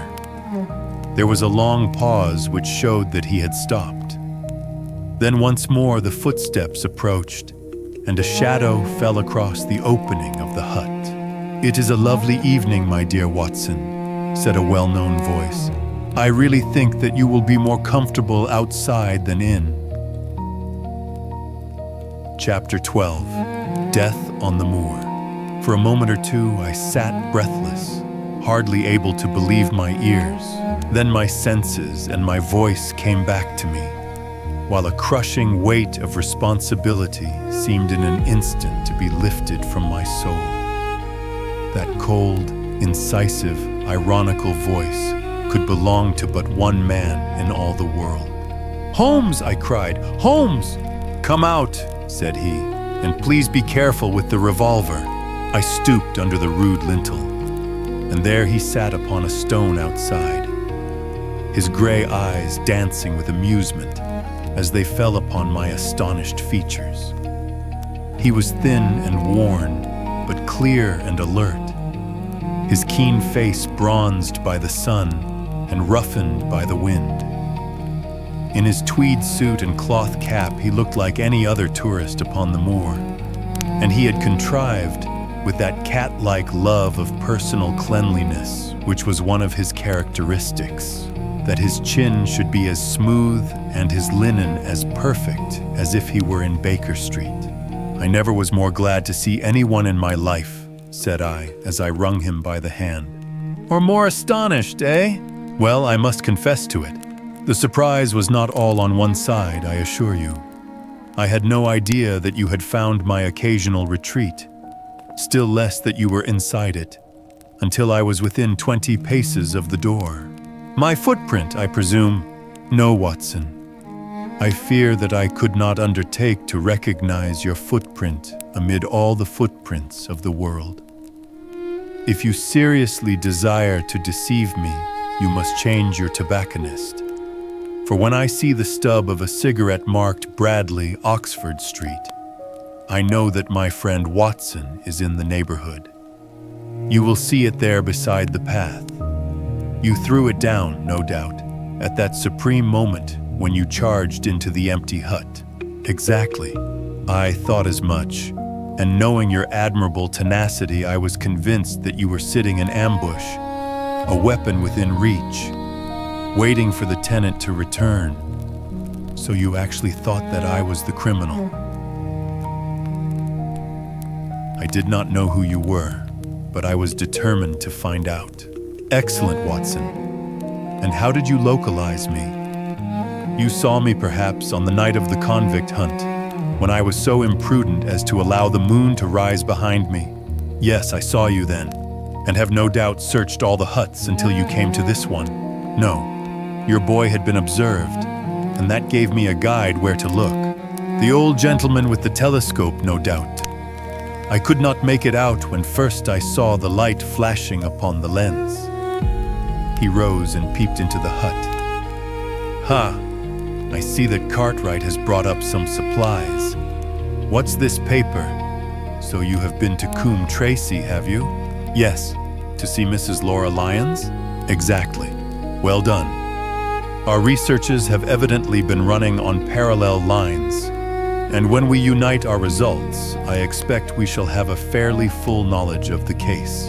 Well, I am glad from my heart that you are here. For indeed the responsibility and the mystery were both becoming too much for my nerves. But how in the name of wonder did you come here? And what have you been doing? I thought that you were in Baker Street working out that case of blackmailing. That was what I wished you to think. Then you use me, and yet do not trust me, I cried with some bitterness. I think that I have deserved better at your hands, Holmes. My dear fellow, you have been invaluable to me in this as in many other cases, and I beg that you will forgive me if I have seemed to play a trick upon you. In truth, it was partly for your own sake that I did it, and it was my appreciation of the danger which you ran, which led me to come down and examine the matter for myself. Had I been with Sir Henry and you, it is confident that my point of view would have been the same as yours, and my presence would have warned our very formidable opponents to be on their guard. As it is, I have been able to get about as I could not possibly have done had I been living in the hall, and I remain an unknown factor in the business, ready to throw in all my weight at a critical moment. But why keep me in the dark? For you to know could not have helped us and might possibly have led to my discovery. You would have wished to tell me something, or in your kindness you would have brought me out some comfort or other, and so an unnecessary risk would be run. I brought Cartwright down with me. You remember the little chap at the express office, and he has seen after my simple wants, a loaf of bread and a clean collar. What does man want more? He has given me an extra pair of eyes upon a very active pair of feet, and both have been invaluable. Then my reports have all been wasted. My voice trembled as I recalled the pains and the pride with which I had composed them. Holmes took a bundle of papers from his pocket. Here are your reports, my dear fellow, and very well thumbed, I assure you. I made excellent arrangements, and they are only delayed one day upon their way. I must compliment you exceedingly upon the zeal and the intelligence which you have shown over an extraordinarily difficult case. I was still rather raw over the deception which had been practiced upon me, but the warmth of Holmes's praise drove my anger from my mind. I felt also in my heart that he was right in what he said, and that it was really best for our purpose that I should not have known that he was upon the moor. That's better, said he, seeing the shadow rise from my face. And now tell me the result of your visit to Mrs. Laura Lyons. It was not difficult for me to guess that it was to see her that you had gone, for I am already aware that she is the one person in Coombe Tracy who might be of service to us in the matter. In fact, if you had not gone today, it is exceedingly probable that I should have gone tomorrow. The sun had set, and dusk was settling over the moor. The air had turned chill, and we withdrew into the hut for warmth. There, sitting together in the twilight, I told Holmes of my conversation with the lady. So interested was he that I had to repeat some of it twice before he was satisfied. "This is most important," said he when I had concluded. "It fills up a gap which I had been unable to bridge in this most complex affair. You are aware, perhaps, that a close intimacy exists between this lady and the man Stapleton. I did not know of a close intimacy. There can be no doubt about the matter. They meet, they write. There is a complete understanding between them. Now this puts a very powerful weapon into our hands. If I could only use it to detach his wife.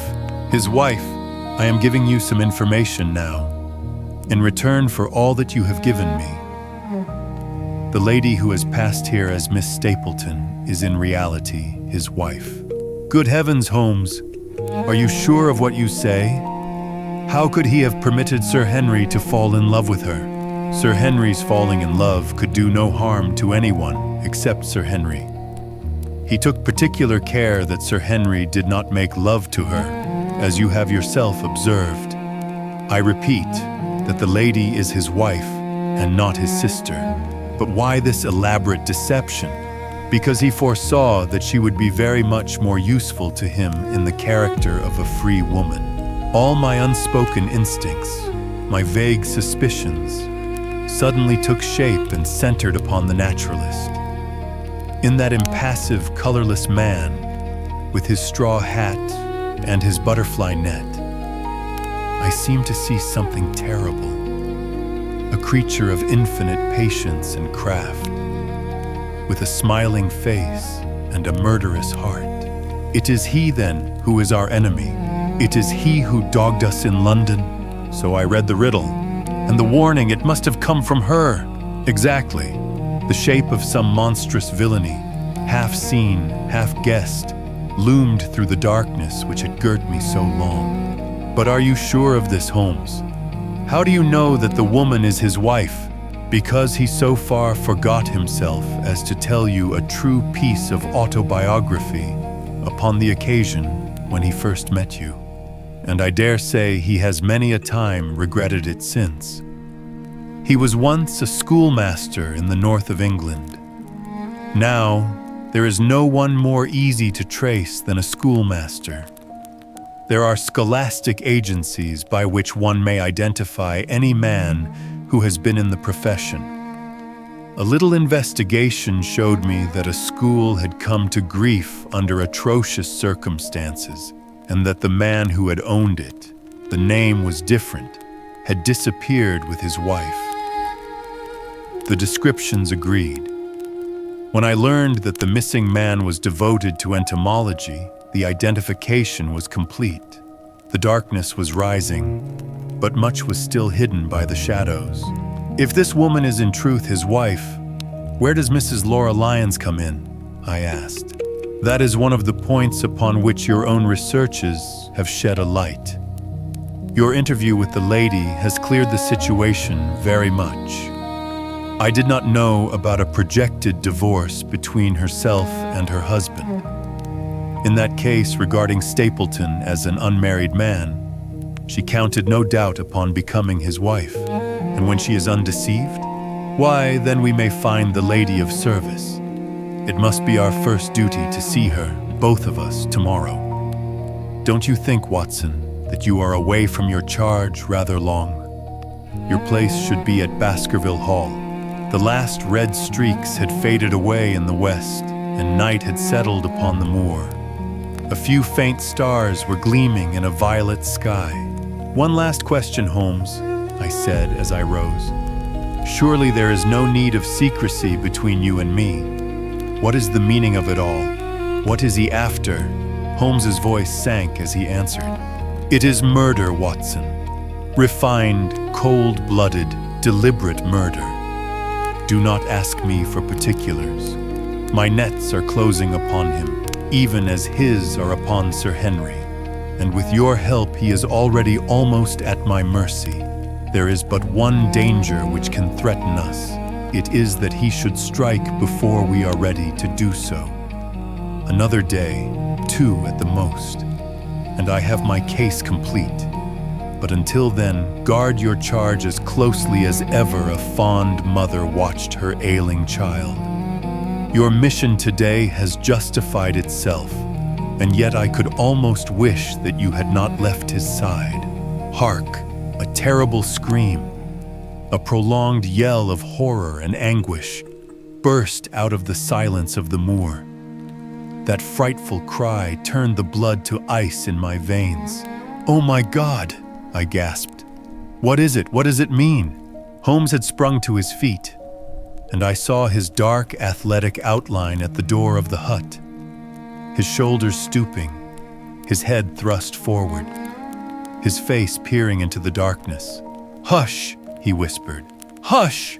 The cry had been loud on account of its vehemence, but it had pealed out from somewhere far off on the shadowy plain. Now it burst upon our ears, nearer, louder, more urgent than before. "Where is it?" Holmes whispered. And I knew from the thrill of his voice that he, the man of iron, was shaken to the soul. "Where is it, Watson?" "There, I think." I pointed into the darkness. "No, there!" Again, the agonized cry swept through the silent night, louder and much nearer than ever. And a new sound mingled with it, a deep, muttered rumble, musical and yet menacing, rising and falling like the low, constant murmur of the sea. "The Hound!" cried Holmes. "Come, Watson, come! Great heavens, if we are too late!" He had started running swiftly over the moor, and I had followed at his heels. But now, from somewhere among the broken ground immediately in front of us, there came one last despairing yell, and then a dull, heavy thud. We halted and listened. Not another sound broke the heavy silence of the windless night. I saw Holmes put his hand to his forehead, like a man distracted. He stamped his feet upon the ground. "He has beaten us, Watson. We are too late." "No, no, surely not." Fool that I was to hold my hand. "And you, Watson, see what comes of abandoning your charge. But by heaven, if the worst has happened, we'll avenge him." Blindly, we ran through the gloom, blundering against boulders, forcing our way through gorse bushes, panting up hills and rushing down slopes, heading always in the direction whence those dreadful sounds had come. At every rise, Holmes looked eagerly round him, but the shadows were thick upon the moor, and nothing moved upon its dreary face. "Can you see anything?" "Nothing. But hark, what is that?" A low moan had fallen upon our ears. There it was again upon our left. On that side, a ridge of rocks ended in a sheer cliff which overlooked a stone-strewn slope. On its jagged face was spread-eagled some dark, irregular object. As we ran towards it, the vague outline hardened into a definite shape.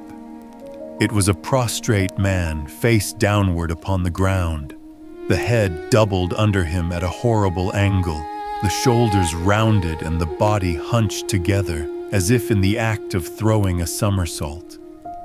So grotesque was the attitude that I could not for the instant realize that that moan had been the passing of his soul. Not a whisper, not a rustle, rose now from the dark figure over which we stooped.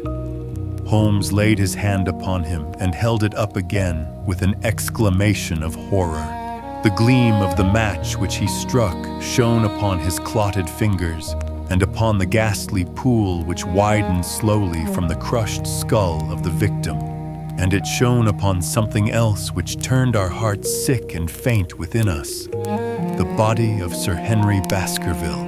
There was no chance of either of us forgetting that peculiar ruddy tweed suit, the very one which he had worn on the first morning that we had seen him in Baker Street. We caught the one clear glimpse of it, and then the match flickered and went out, even as the hope had gone out of our souls. Holmes groaned, and his face glimmered white through the darkness. "The brute! The brute!" I cried with clenched hands. "Oh, Holmes, I shall never forgive myself for having left him to his fate. I am more to blame than you, Watson. In order to have my case well-rounded and complete, I have thrown away the life of my client. It is the greatest blow which has befallen me in my career. But how could I know that he would risk his life alone upon the moor in the face of all my warnings? That we should have heard his screams, my God, those screams, and yet have been unable to save him? Where is this brute of a hound which drove him to his death? It may be lurking among these rocks at this instant. And Stapleton, where is he? He shall answer for this deed. He shall. I will see to that. Uncle and nephew have been murdered. The one frightened to death by the very sight of a beast which he thought to be supernatural. The other driven to his end in his wild flight to escape from it. But now we have to prove the connection between the man and the beast. Save from what we heard, we cannot even swear to the existence of the latter, since Sir Henry has evidently died from the fall. But by heavens, cunning as he is, the fellow shall be in my power before another day is past.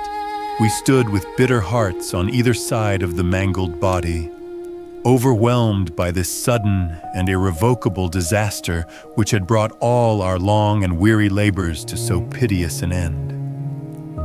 Then, as the moon rose, we climbed to the top of the rocks over which our poor friend had fallen, and from the summit, we gazed out over the shadowy moor, half silver and half gloom. Far away, miles off, in the direction of Grimpen, a single steady yellow light was shining. It could only come from the lonely abode of the Stapletons. With a bitter curse, I shook my fist at it as I gazed. Why should we not seize him at once? Our case is not complete. The fellow is wary and cunning to the last degree. It is not what we know, but what we can prove. If we make one false move, the villain may escape us yet. What can we do? There will be plenty for us to do tomorrow. Tonight we can only perform the last offices to our poor friend. Together, we made our way down the precipitous slope and approached the body, black and clear against the silvered stones. The agony of those contorted limbs struck me with a spasm of pain and blurred my eyes with tears. We must send for help, Holmes. We cannot carry him all the way to the hall. Good heavens, are you mad? He had uttered a cry and bent over the body. Now he was dancing and laughing and wringing my hand. Could this be my stern, self-contained friend? These were hidden fires indeed. A beard! A beard! The man has a beard! A beard? It is not the baronet.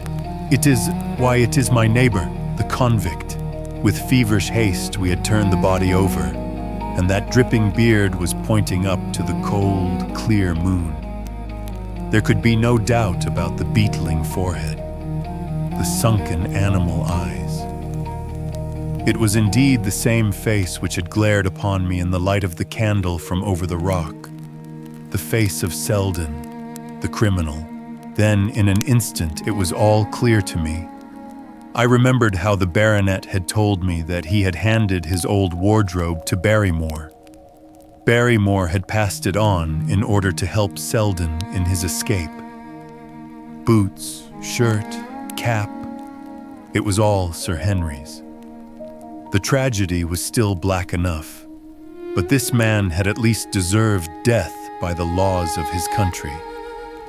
I told Holmes how the matter stood, my heart bubbling over with thankfulness and joy. Then the clothes have been the poor devil's death, said he. It is clear enough that the Hound has been laid on from some article of Sir Henry's. The boot, which was abstracted in the hotel in all probability, and so ran this man down. There is one very singular thing, however. How came Selden, in the darkness, to know that the Hound was on his trail? He heard him. To hear a hound upon the moor would not work a hard man like this convict into such a paroxysm of terror that he would risk recapture by screaming wildly for help. By his cries, he must have run a long way after he knew the animal was on his track. How did he know? A greater mystery to me is why this hound, presuming that all our conjectures are correct. I presume nothing. Well then, why this hound should be loose tonight? I suppose that it does not always run loose upon the moor. Stapleton would not let it go unless he had reason to think that Sir Henry would be there. My difficulty is the more formidable of the two, for I think that we shall very shortly get an explanation of yours, while mine may remain forever a mystery. The question now is, what shall we do with this poor wretch's body? We cannot leave it here to the foxes and the ravens. I suggest that we put it in one of the huts until we can communicate with the police. Exactly. I have no doubt that you and I could carry it so far. Halloa, Watson. What's this? It's the man himself, by all that's wonderful and audacious. Not a word to show your suspicions. Not a word or my plans crumble to the ground. A figure was approaching us over the moor, and I saw the dull red glow of a cigar. The moon shone upon him, and I could distinguish the dapper shape and jaunty walk of the naturalist. He stopped when he saw us and then came on again. Why, Dr. Watson, that's not you, is it? You are the last man that I should have expected to see out on the moor at this time of night. But dear me, what's this? Somebody hurt? Don't tell me that it is our friend Sir Henry. He hurried past me and stooped over the dead man. I heard a sharp intake of his breath and the cigar fell from his fingers. Who's this? He stammered. It is Selden, the man who escaped from Princetown. Stapleton turned a ghastly face upon us, but by a supreme effort he had overcome his amazement and his disappointment. He looked sharply from Holmes to me. Dear me, what a very shocking affair. How did he die? He appears to have broken his neck by falling over these rocks. My friend and I were strolling on the moor when we heard a cry. I heard a cry also. That was what brought me out. I was uneasy about Sir Henry. Why about Sir Henry in particular? I could not help asking. Because I had suggested that he should come over. When he did not come, I was surprised, and I naturally became alarmed for his safety when I heard cries upon the moor.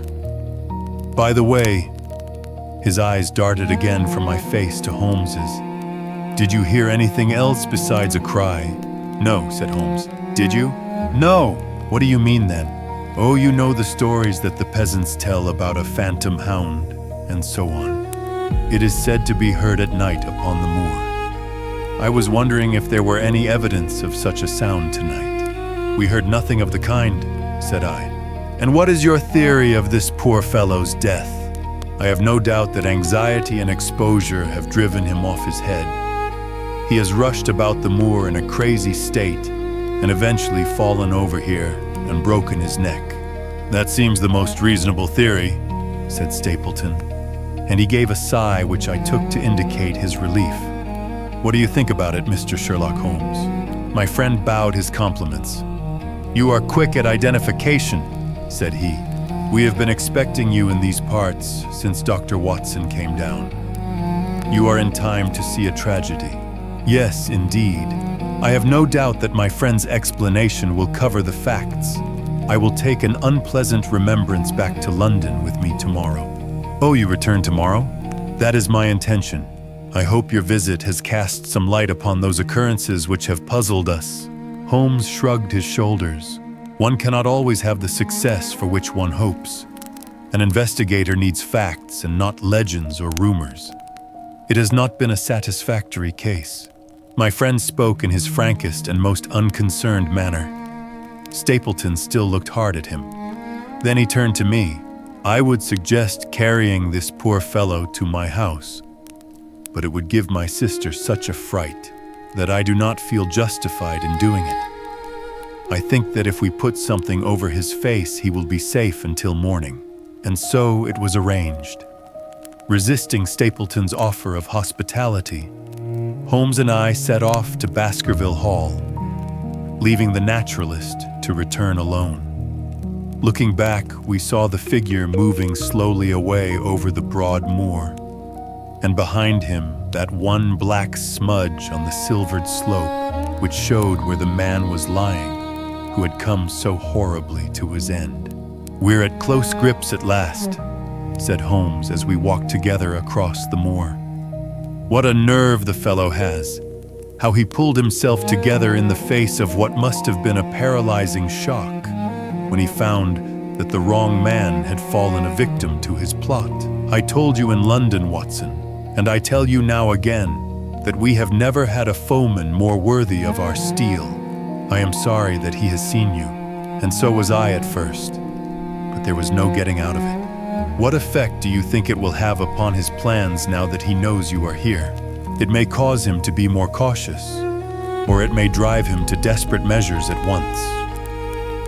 Like most clever criminals, he may be too confident in his own cleverness and imagine that he has completely deceived us.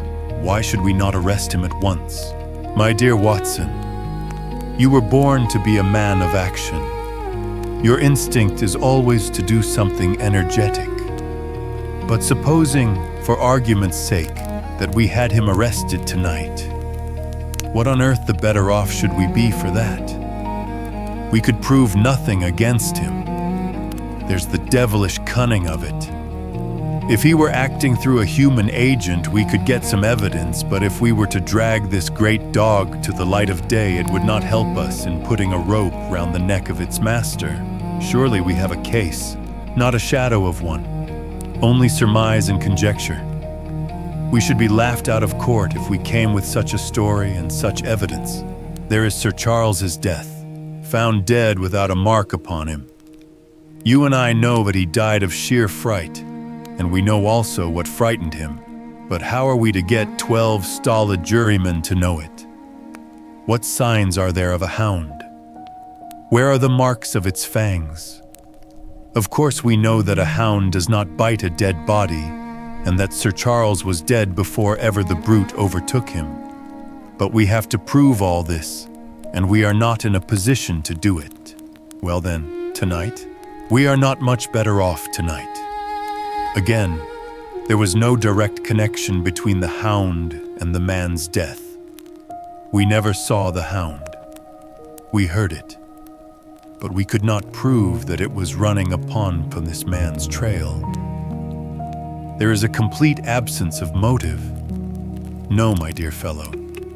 We must reconcile ourselves to the fact that we have no case at present, and that it is worth our while to run any risk in order to establish one. And how do you propose to do so? I have great hopes of what Mrs. Laura Lyons may do for us when the position of affairs is made clear to her. And I have my own plan as well. Sufficient for tomorrow is the evil thereof, but I hope before the day is past to have the upper hand at last. I could draw nothing further from him, and he walked, lost in thought, as far as the Baskerville gates. Are you coming up? Yes. I see no reason for further concealment. But one last word, Watson. Say nothing of the hound to Sir Henry. Let him think that Selden's death was as Stapleton would have us believe. He will have a better nerve for the ordeal which he will have to undergo tomorrow, when he is engaged, if I remember your report aright, to dine with these people, and so am I. Then you must excuse yourself and he must go alone. That will be easily arranged. And now, if we are too late for dinner, I think that we are both ready for our suppers. Chapter 13. Fixing the Nets. Sir Henry was more pleased than surprised to see Sherlock Holmes, for he had for some days been expecting that recent events would bring him down from London. He did raise his eyebrows, however, when he found that my friend had neither any luggage nor any explanations for its absence. Between us, we soon supplied his wants, and then over a belated supper we explained to the baronet as much of our experience as it seemed desirable that he should know. But first I had the unpleasant duty of breaking the news to Barrymore and his wife. To him it may have been an unmitigated relief, but she wept bitterly in her apron. To all the world he was the man of violence, half animal and half demon. But to her he always remained the little willful boy of her own girlhood, the child who had clung to her hand. Evil indeed is the man who has not one woman to mourn him. I've been moping in the house all day since Watson went off in the morning, said the baronet. I guess I should have some credit, for I have kept my promise. If I hadn't sworn not to go about alone, I might have had a more lively evening, for I had a message from Stapleton asking me over there. I have no doubt that you would have had a more lively evening, said Holmes dryly. By the way, I don't suppose you appreciate that we have been mourning over you as having broken your neck. Sir Henry opened his eyes. How was that? This poor wretch was dressed in your clothes. I fear your servant who gave them to him may get into trouble with the police. That is unlikely. There was no mark on any of them, as far as I know. That's lucky for him. In fact, it's lucky for all of you, since you are all on the wrong side of the law in this matter. I am not sure that as a conscientious detective, my first duty is not to arrest the whole household. Watson's reports are most incriminating documents. But how about the case? Asked the baronet. Have you made anything out of the tangle? I don't know that Watson and I are much the wiser since we came down. I think that I shall be in a position to make the situation rather more clear to you before long. It has been an exceedingly difficult and most complicated business. There are several points upon which we still want light, but it is coming all the same. We've had one experience, as Watson has no doubt told you. We heard the Hound on the Moor, so I can swear that it is not all empty superstition. I had something to do with dogs when I was out west, and I know one when I hear one. If you can muzzle that one and put him on a chain, I'll be ready to swear you are the greatest detective of all time. I think I will muzzle him and chain him all right, if you will give me your help. Whatever you tell me to do, I will do. Very good. And I will ask you also to do it blindly, without always asking the reason, just as you like. If you will do this, I think the chances are that our little problem will soon be solved. I have no doubt. He stopped suddenly and stared fixedly up over my head into the air. The lamp beat upon his face, and so intent was it, and so still, that it might have been that of a clear-cut classical statue, a personification of alertness and expectation. "What is it?" we both cried. I could see as he looked down that he was repressing some internal emotion. His features were still composed, but his eyes shone with amused exultation. "Excuse the admiration of a connoisseur," said he, as he waved his hand towards the line of portraits which covered the opposite wall. "Watson won't allow that I know anything of art, but that is mere jealousy, because our views upon the subject differ. Now these are a really very fine series of portraits." "Well, I'm glad to hear you say so," said Sir Henry, glancing with some surprise at my friend. "I don't pretend to know much about these things, and I'd be a better judge of a horse or a steer than of a picture. I didn't know that you found time for such things. I know what is good when I see it, and I see it now. That's a Kneller, I'll swear. That lady in the blue silk over yonder, and the stout gentleman with the wig, ought to be a Reynolds. They are all family portraits, I presume. Every one. Do you know the names? Barrymore has been coaching me in them, and I think I can say my lessons fairly well. Who is the gentleman with the telescope? That is Rear Admiral Baskerville, who served under Rodney in the West Indies. The man with the blue coat and the roll of paper is Sir William Baskerville, who was chairman of committees of the House of Commons under Pitt. And this cavalier opposite to me, the one with the black velvet and the lace, you have a right to know about him. That is the cause of all the mischief, the wicked Hugo, who started the Hound of the Baskervilles. We're not likely to forget him. I gazed with interest and some surprise upon the portrait. Dear me, said Holmes. He seems a quiet, meek-mannered man enough, but I dare say that there was a lurking devil in his eyes. I had pictured him as a more robust and ruffianly person. There's no doubt about the authenticity, for the name and the date 1647 are on the back of the canvas. Holmes said little more, but the picture of the old roisterer seemed to have a fascination for him, and his eyes were continually fixed upon it during supper. It was not until later, when Sir Henry had gone to his room, that I was able to follow the trend of his thoughts. He led me back into the banqueting hall, his bedroom candle in his hand, and he held it up against the time-stained portrait on the wall. Do you see anything there? I looked at the broad-plumed hat, the curling lovelocks, the white lace collar, and the straight, severe face which was framed between them.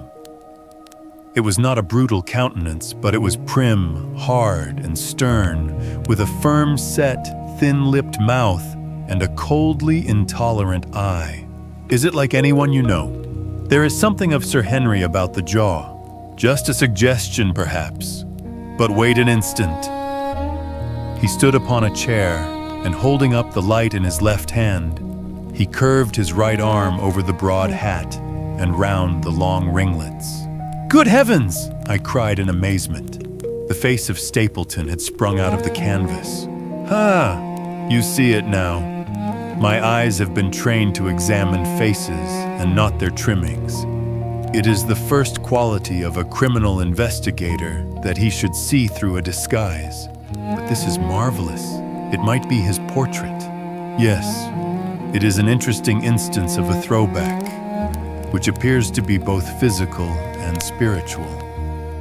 A study of family portraits is enough to convert a man to the doctrine of reincarnation. The fellow is a Baskerville, that is evident. With designs upon the succession, exactly. This chance of the picture has supplied us with one of our most obvious missing links. We have him, Watson, we have him, and I dare swear that before tomorrow night he will be fluttering in our net, as helpless as one of his own butterflies. A pin, a cork, and a card, and we add him to the Baker Street collection. He burst into one of his rare fits of laughter as he turned away from the picture. I have not heard him laugh often, and it has always boded ill to somebody. I was up betimes in the morning, but Holmes was afoot earlier still, for I saw him as I dressed, coming up the drive. Yes, we should have a full day today, he remarked, and he rubbed his hands with the joy of action. The nets are all in place and the drag is about to begin. We'll know before the day is out whether we have caught our big, lean-jawed pike or whether he has got through the meshes. Have you been on the moor already? I have sent a report from Grimpen to Princetown as to the death of Selden. I think I can promise that none of you will be troubled in the matter. And I have also communicated with my faithful Cartwright, who would certainly have pined away at the door of my hut, as a dog does at his master's grave, if I had not set his mind at rest about my safety. What is the next move?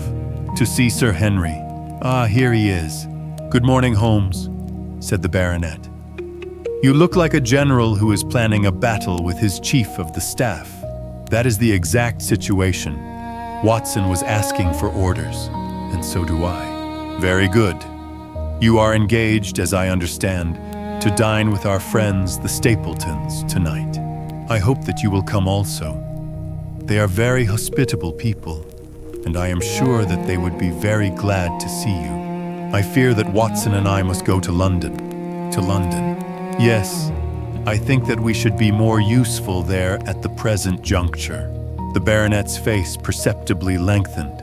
I hope that you are going to see me through this business. The hall and the moor are not very pleasant places when one is alone. My dear fellow, you must trust me implicitly and do exactly what I tell you. You can tell your friends that we should have been happy to have come with you, but that urgent business required us to be in town. We hope very soon to return to Devonshire. Will you remember to give them that message? If you insist upon it, there is no alternative, I assure you. I saw by the baronet's clouded brow that he was deeply hurt by what he regarded as our desertion. When do you desire to go? He asked coldly. Immediately after breakfast. We will drive in to Coombe Tracy, but Watson will leave his things as a pledge that he will come back to you. Watson, you will send a note to Stapleton to tell him that you regret that you cannot come. I have a good mind to go to London with you, said the baronet. Why should I stay here alone? Because it is your post of duty. Because you gave me your word that you would do as you were told. And I tell you to stay. All right then, I'll stay. One more direction. I wish you to drive to Merripit House. Send back your trap, however, and let them know that you intend to walk home. To walk across the moor? Yes, but that is the very thing which you have so often cautioned me not to do. This time, you may do it with safety. If I had not every confidence in your nerve and courage, I would not suggest it. But it is essential that you should do it. Then I will do it. And as you value your life, do not go across the moor in any direction, save along the straight path which leads from Merripit House to the Grimpen Road, and is your natural way home. I will do just what you say. Very good. I should be glad to get away as soon after breakfast as possible, so as to reach London in the afternoon. I was much astounded by this program, though I remembered that Holmes had said to Stapleton on the night before that his visit would terminate next day. It had not crossed my mind, however, that he would wish me to go with him, nor could I understand how we could both be absent at a moment which he himself declared to be critical. There was nothing for it, however, but implicit obedience, so we bade goodbye to our rueful friend, and a couple of hours afterwards we were at the station of Coombe Tracy and had dispatched the trap upon its return journey. A small boy was waiting upon the platform. Any orders, sir? You will take this train to town, Cartwright. The moment you arrive, you will send a wire to Sir Henry Baskerville, in my name, to say that if he finds the pocketbook which I have dropped, he is to send it by registered post to Baker Street. Yes, sir. And ask at the station office if there is a message for me. The boy returned with a telegram, which Holmes handed to me. It ran, wire received, coming down with unsigned warrant. Arrive 5:40. Lestrade, that is in answer to mine of this morning. He is the best of the professionals, I think, and we may need his assistance. Now, Watson, I think that we cannot employ our time better than by calling upon your acquaintance, Mrs. Laura Lyons. His plan of campaign was beginning to be evident. He would use the baronet in order to convince the Stapletons that we were really gone, while we should actually return at the instant when we were likely to be needed. That telegram from London, if mentioned by Sir Henry to the Stapletons, must remove the last suspicions from their minds. Already I seem to see our nets drawing closer around that lean-jawed pike. Mrs. Laura Lyons was in her office, and Sherlock Holmes opened his interview with a frankness and directness which considerably amazed her. I am investigating the circumstances which attended the death of the late Sir Charles Baskerville, said he. My friend here, Dr. Watson, has informed me of what you have communicated, and also of what you have withheld in connection with that matter. What have I withheld? She asked defiantly. You have confessed that you asked Sir Charles to be at the gate at 10 o'clock. We know that that was the place and hour of his death. You have withheld what the connection is between these events. There is no connection. In that case, the coincidence must indeed be an extraordinary one. But I think that we shall succeed in establishing a connection, after all. I wish to be perfectly frank with you, Mrs. Lyons. We regard this case as one of murder, and the evidence may implicate not only your friend Mr. Stapleton, but his wife as well. The lady sprang from her chair. His wife, she cried. The fact is no longer a secret. The person who has passed for his sister is really his wife. Mrs. Lyons had resumed her seat. Her hands were grasping the arms of her chair, and I saw that the pink nails had turned white with the pressure of her grip. His wife, she said again. His wife. He is not a married man. Sherlock Holmes shrugged his shoulders. Prove it to me, and if you can do so. The fierce flash of her eyes said more than any words. I have come prepared to do so, said Holmes, drawing several papers from his pocket. Here is a photograph of the couple taken in York 4 years ago.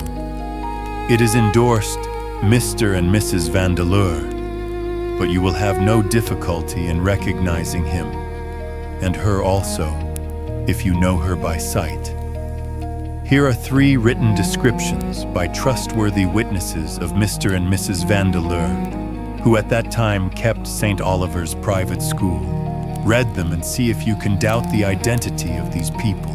She glanced at them and then looked up at us with the set, rigid face of a desperate woman. Mr. Holmes, she said, this man had offered me marriage on condition that I could get a divorce from my husband. He has lied to me, the villain, in every conceivable way. Not one word of truth has he ever told me. And why? Why? I imagined that all was for my own sake. But now I see that I was never anything but a tool in his hands. Why should I preserve faith with him who never kept any with me? Why should I try to shield him from the consequences of his own wicked acts? Ask me what you like, and there is nothing which I shall hold back. One thing I swear to you, and that is that when I wrote the letter, I never dreamed of any harm to the old gentleman, who had been my kindest friend. I entirely believe you, madam, said Sherlock Holmes. The recital of these events must be very painful to you, and perhaps it will make it easier if I tell you what occurred and you can check me if I make any material mistake. The sending of this letter was suggested to you by Stapleton. He dictated it. I presume that the reason he gave was that you would receive help from Sir Charles for the legal expenses connected with your divorce? Exactly. And then after you had sent the letter, he dissuaded you from keeping the appointment? He told me that it would hurt his self-respect that any other man should pawn the money for such an object, and that though he was a poor man himself, he would devote his last penny to removing the obstacles which divided us.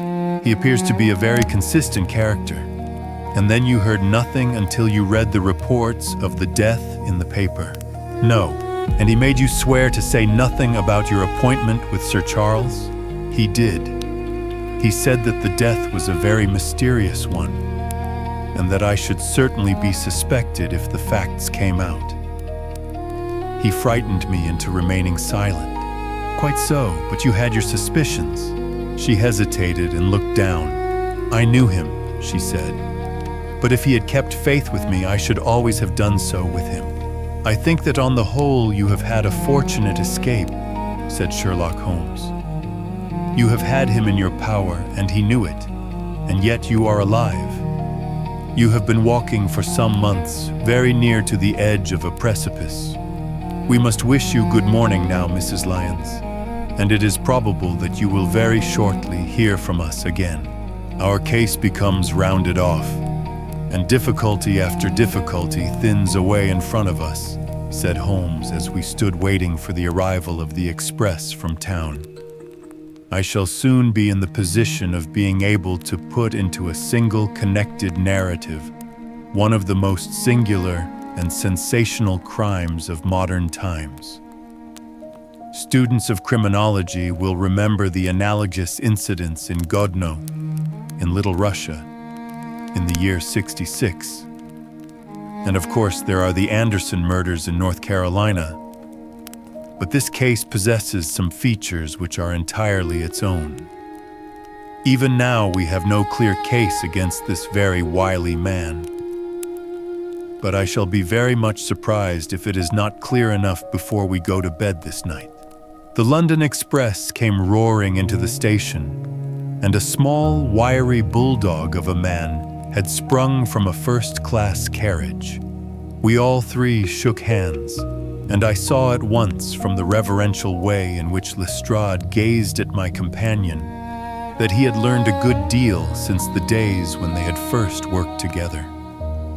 I could well remember the scorn which the theories of the reasoner used then to excite in the practical man. "Anything good?" he asked. "The biggest thing for years," said Holmes. "We have 2 hours before we need think of starting. I think we might employ it in getting some dinner, and then, Lestrade, we will take the London fog out of your throat by giving you a breath of the pure night air of Dartmoor. Never been there? Ah, well, I don't suppose you will forget your first visit." Chapter 14. The Hound of the Baskervilles.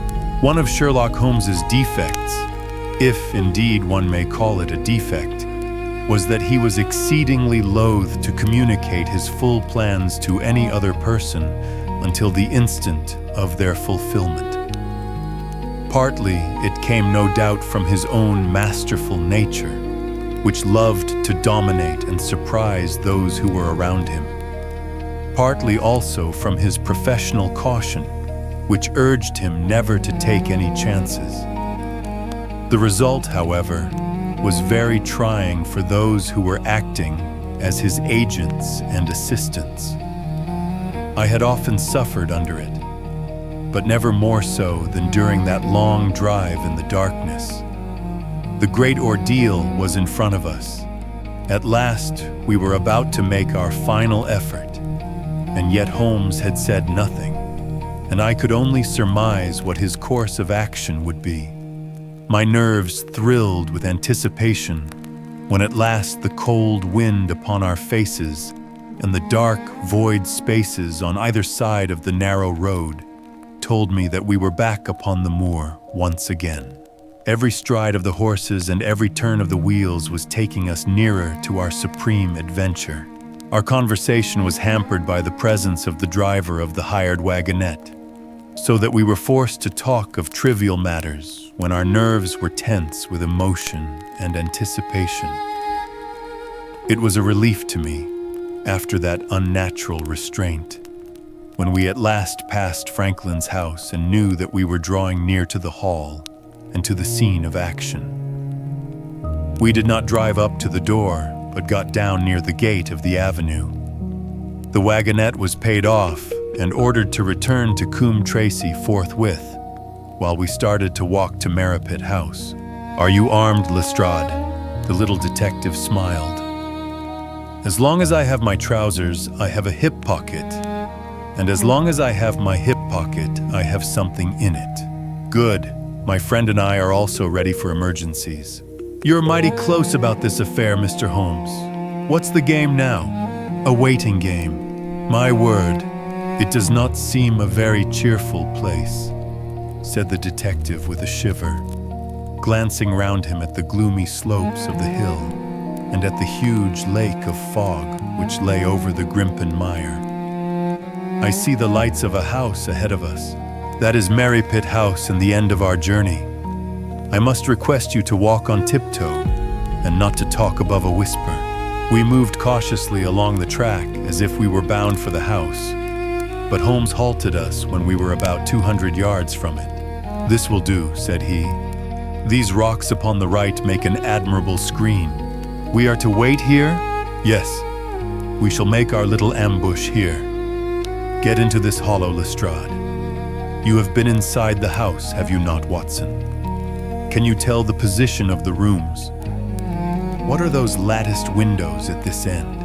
"I think they are the kitchen windows, and the one beyond, which shines so brightly. That is certainly the dining room. The blinds are up. You know the lie of the land best. Creep forward quietly and see what they are doing, but for heaven's sake, don't let them know that they are watched." I tiptoed down the path and stooped behind the low wall which surrounded the stunted orchard. Creeping in its shadow, I reached a point whence I could look straight through the uncurtained window. There were only 2 men in the room, Sir Henry and Stapleton. They sat with their profiles towards me on either side of the round table. Both of them were smoking cigars, and coffee and wine were in front of them. Stapleton was talking with animation, but the baronet looked pale and distrait.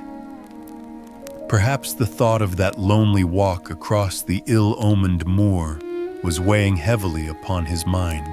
As I watched them, Stapleton rose and left the room, while Sir Henry filled his glass again and leaned back in his chair, puffing at his cigar. I heard the creak of a door and the crisp sound of boots upon gravel. The steps passed along the path on the other side of the wall under which I crouched. Looking over, I saw the naturalist pause at the door of an outhouse in the corner of the orchard. A key turned in a lock, and as he passed in there was a curious scuffling noise from within. He was only a minute or so inside, and then I heard the key turn once more and he passed me and re-entered the house. I saw him rejoin his guest, and I crept quietly back to where my companions were waiting to tell them what I had seen. "You say, Watson, that the lady is not there?" Holmes asked when I had finished my report. "No. Where can she be then, since there is no light in any other room except the kitchen? I cannot think where she is. I have said that over the great Grimpen Mire there hung a dense white fog. It was drifting slowly in our direction and banked itself up like a wall on that side of us, low but thick and well-defined. The moon shone on it, and it looked like a great shimmering ice field with the heads of the distant tors as rocks borne upon its surface. Holmes's face was turned towards it, and he muttered impatiently as he watched its sluggish drift. "It's moving towards us, Watson. Is that serious?" "Very serious indeed. The one thing upon earth which could have disarranged my plans. He can't be very long now. It is already 10 o'clock. Our success and even his life may depend upon his coming out before the fog is over the path." The night was clear and fine above us. The stars shone cold and bright, while a half-moon bathed the whole scene in a soft, uncertain light. Before us lay the dark bulk of the house, its serrated roof and bristling chimneys hard outlined against the silver-spangled sky. Broad bars of golden light from the lower windows stretched across the orchard and the moor. One of them was suddenly shut off. The servants had left the kitchen. There only remained the lamp in the dining room where the 2 men, the murderous host and the unconscious guest, still chatted over their cigars. Every minute that white woolly plain, which covered one half of the moor, was drifting closer and closer to the house. Already the first thin wisps of it were curling across the golden square of the lighted window. The farther wall of the orchard was already invisible, and the trees were standing out of a swirl of white vapor. As we watched it, the fog wreaths came crawling round both corners of the house and rolled slowly into one dense bank, on which the upper floor and the roof floated like a strange ship upon a shadowy sea. Holmes struck his hand passionately upon the rock in front of us and stamped his feet in his impatience. If he isn't out in a quarter of an hour, the path will be covered. In half an hour, we won't be able to see our hands in front of us. Shall we move farther back upon higher ground? Yes, I think it would be as well. So as the fog bank flowed onward, we fell back before it until we were half a mile from the house. And still that dense white sea, with the moon silvering its upper edge, swept slowly and inexorably on. "We are going too far," said Holmes. "We dare not take the chance of his being overtaken before he can reach us. At all costs, we must hold our ground where we are." He dropped on his knees and clapped his ear to the ground. "Thank God, I think that I hear him coming." A sound of quick steps broke the silence of the moor. Crouching among the stones, we stared intently at the silver-tipped bank in front of us. The steps grew louder, and through the fog, as through a curtain, there stepped the man whom we were awaiting. He looked round him in surprise as he emerged into the clear, starlit night. Then he came swiftly along the path, passed close to where we lay, and went on up the long slope behind us. As he walked, he glanced continually over either shoulder, like a man who is ill at ease. "Hist!" cried Holmes, and I heard the sharp click of a cocking pistol. "Look out! It's coming!" There was a thin, crisp, continuous patter from somewhere in the heart of that crawling bank. The cloud was within 50 yards of where we lay, and we glared at it, all three, uncertain what horror was about to break from the heart of it. I was at Holmes's elbow, and I glanced for an instant at his face. It was pale and exultant, his eyes shining brightly in the moonlight. But suddenly, they started forward in a rigid, fixed stare, and his lips parted in amazement. At the same instant, Lestrade gave a yell of terror and threw himself face downward upon the ground. I sprang to my feet, my inert hand grasping my pistol, my mind paralyzed by the dreadful shape which had sprung out upon us from the shadows of the fog. A hound it was, an enormous coal-black hound, but not such a hound as mortal eyes have ever seen. Fire burst from its open mouth. Its eyes glowed with a smoldering glare. Its muzzle and hackles and dewlap were outlined in flickering flame. Never in the delirious dream of a disordered brain could anything more savage, more appalling, more hellish be conceived than that dark form and savage face which broke upon us out of the wall of fog. With long bounds, the huge black creature was leaping down the track, following hard upon the footsteps of our friend. So paralyzed were we by the apparition that we allowed him to pass before we had recovered our nerve. Then Holmes and I both fired together, and the creature gave a hideous howl, which showed that one at least had hit him. He did not pause, however, but bounded onward. Far away on the path, we saw Sir Henry looking back, his face white in the moonlight, his hands raised in horror, glaring helplessly at the frightful thing which was hunting him down. But that cry of pain from the hound had blown all our fears to the winds. If he was vulnerable, he was mortal, and if we could wound him, we could kill him. Never have I seen a man run as Holmes ran that night. I am reckoned fleet of foot, but he outpaced me as much as I outpaced the little professional. In front of us, as we flew up the track, we heard scream after scream from Sir Henry and the deep roar of the hound. I was in time to see the beast spring upon its victim, hurl him to the ground, and worry at his throat. But the next instant, Holmes had emptied 5 barrels of his revolver into the creature's flank. With a last howl of agony and a vicious snap in the air, it rolled upon its back, 4 feet pawing furiously, and then fell limp upon its side.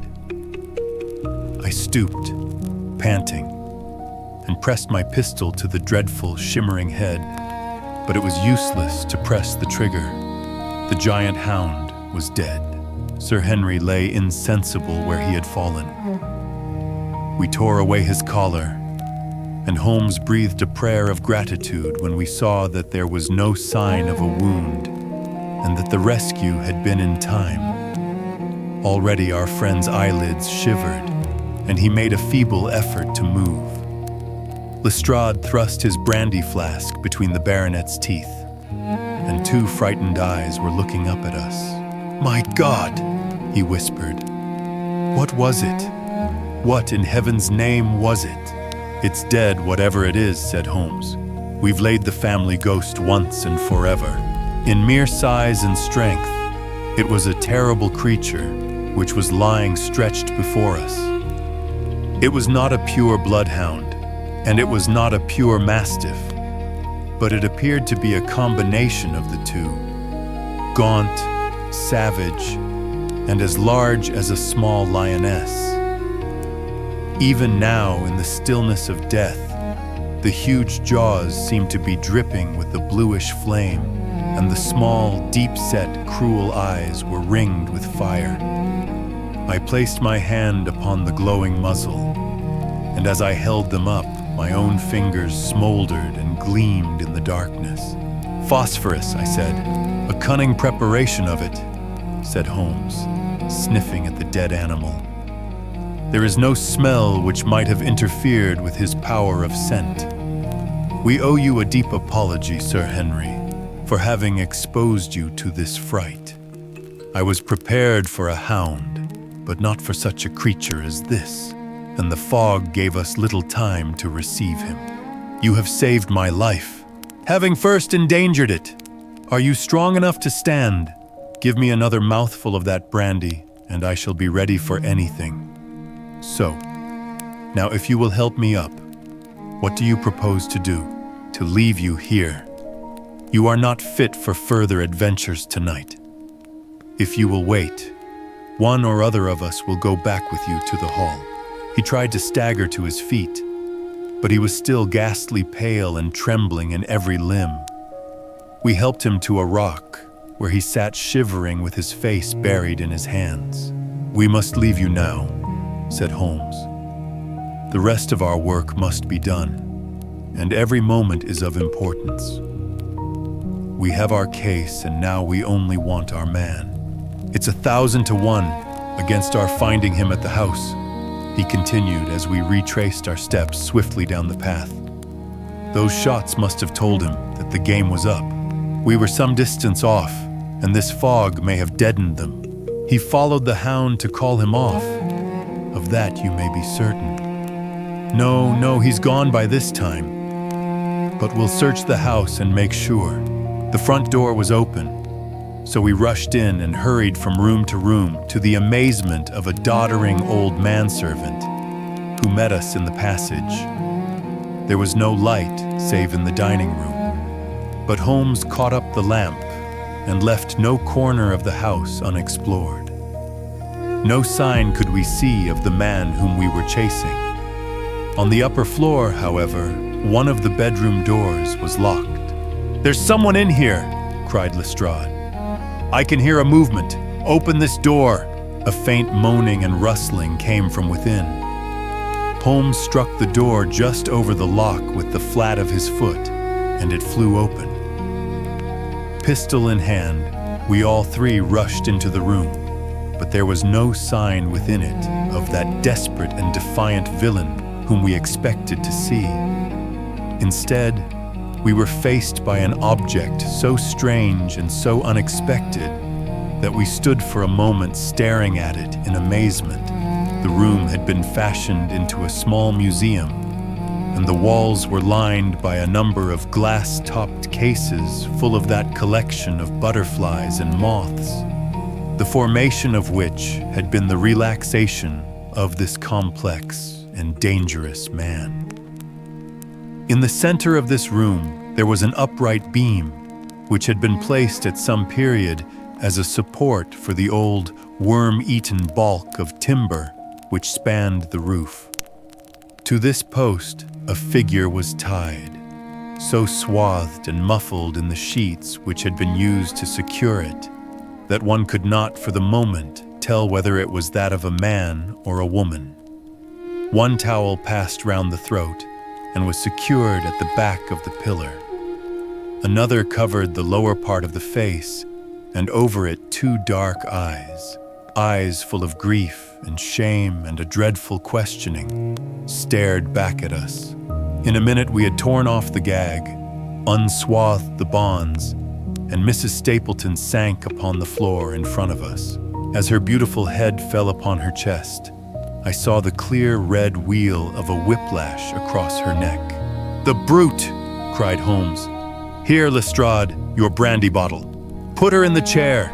She has fainted from ill usage and exhaustion." She opened her eyes again. "Is he safe?" she asked. "Has he escaped?" "He cannot escape us, madam." No, I did not mean my husband." "Sir Henry, is he safe?" "Yes." "And the hound?" "It is dead." She gave a long sigh of satisfaction. "Thank God! Thank God! Oh, this villain! See how he has treated me." She shot her arms out from her sleeves, and we saw with horror that they were all mottled with bruises. "But this is nothing. Nothing. It is my mind and soul that he has tortured and defiled. I could endure it all. Ill usage, solitude, a life of deception, everything, as long as I could still cling to the hope that I had his love. But now I know that in this also I have been his dupe and his tool." She broke into passionate sobbing as she spoke. "You bear him no goodwill, madam," said Holmes. "Tell us then where we shall find him. If you have ever aided him in evil, help us now and so atone." "There is but one place where he can have fled," she answered. "There is an old tin mine on an island in the heart of the mire. It was there that he kept his hound, and there also he had made preparations so that he might have a refuge. That is where he would fly." The fog bank lay like white wool against the window. Holmes held the lamp towards it. "See," said he, "no one could find his way into the Grimpen mire tonight." She laughed and clapped her hands. Her eyes and teeth gleamed with fierce merriment. "He may find his way in, but never out," she cried. "How can he see the guiding wands tonight? We planted them together, he and I, to mark the pathway through the mire. Oh, if I could only have plucked them out today, then indeed you would have had him at your mercy." It was evident to us that all pursuit was in vain until the fog had lifted.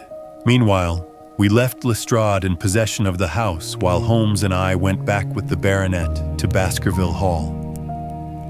The story of the Stapletons could no longer be withheld from him, but he took the blow bravely when he learned the truth about the woman whom he had loved.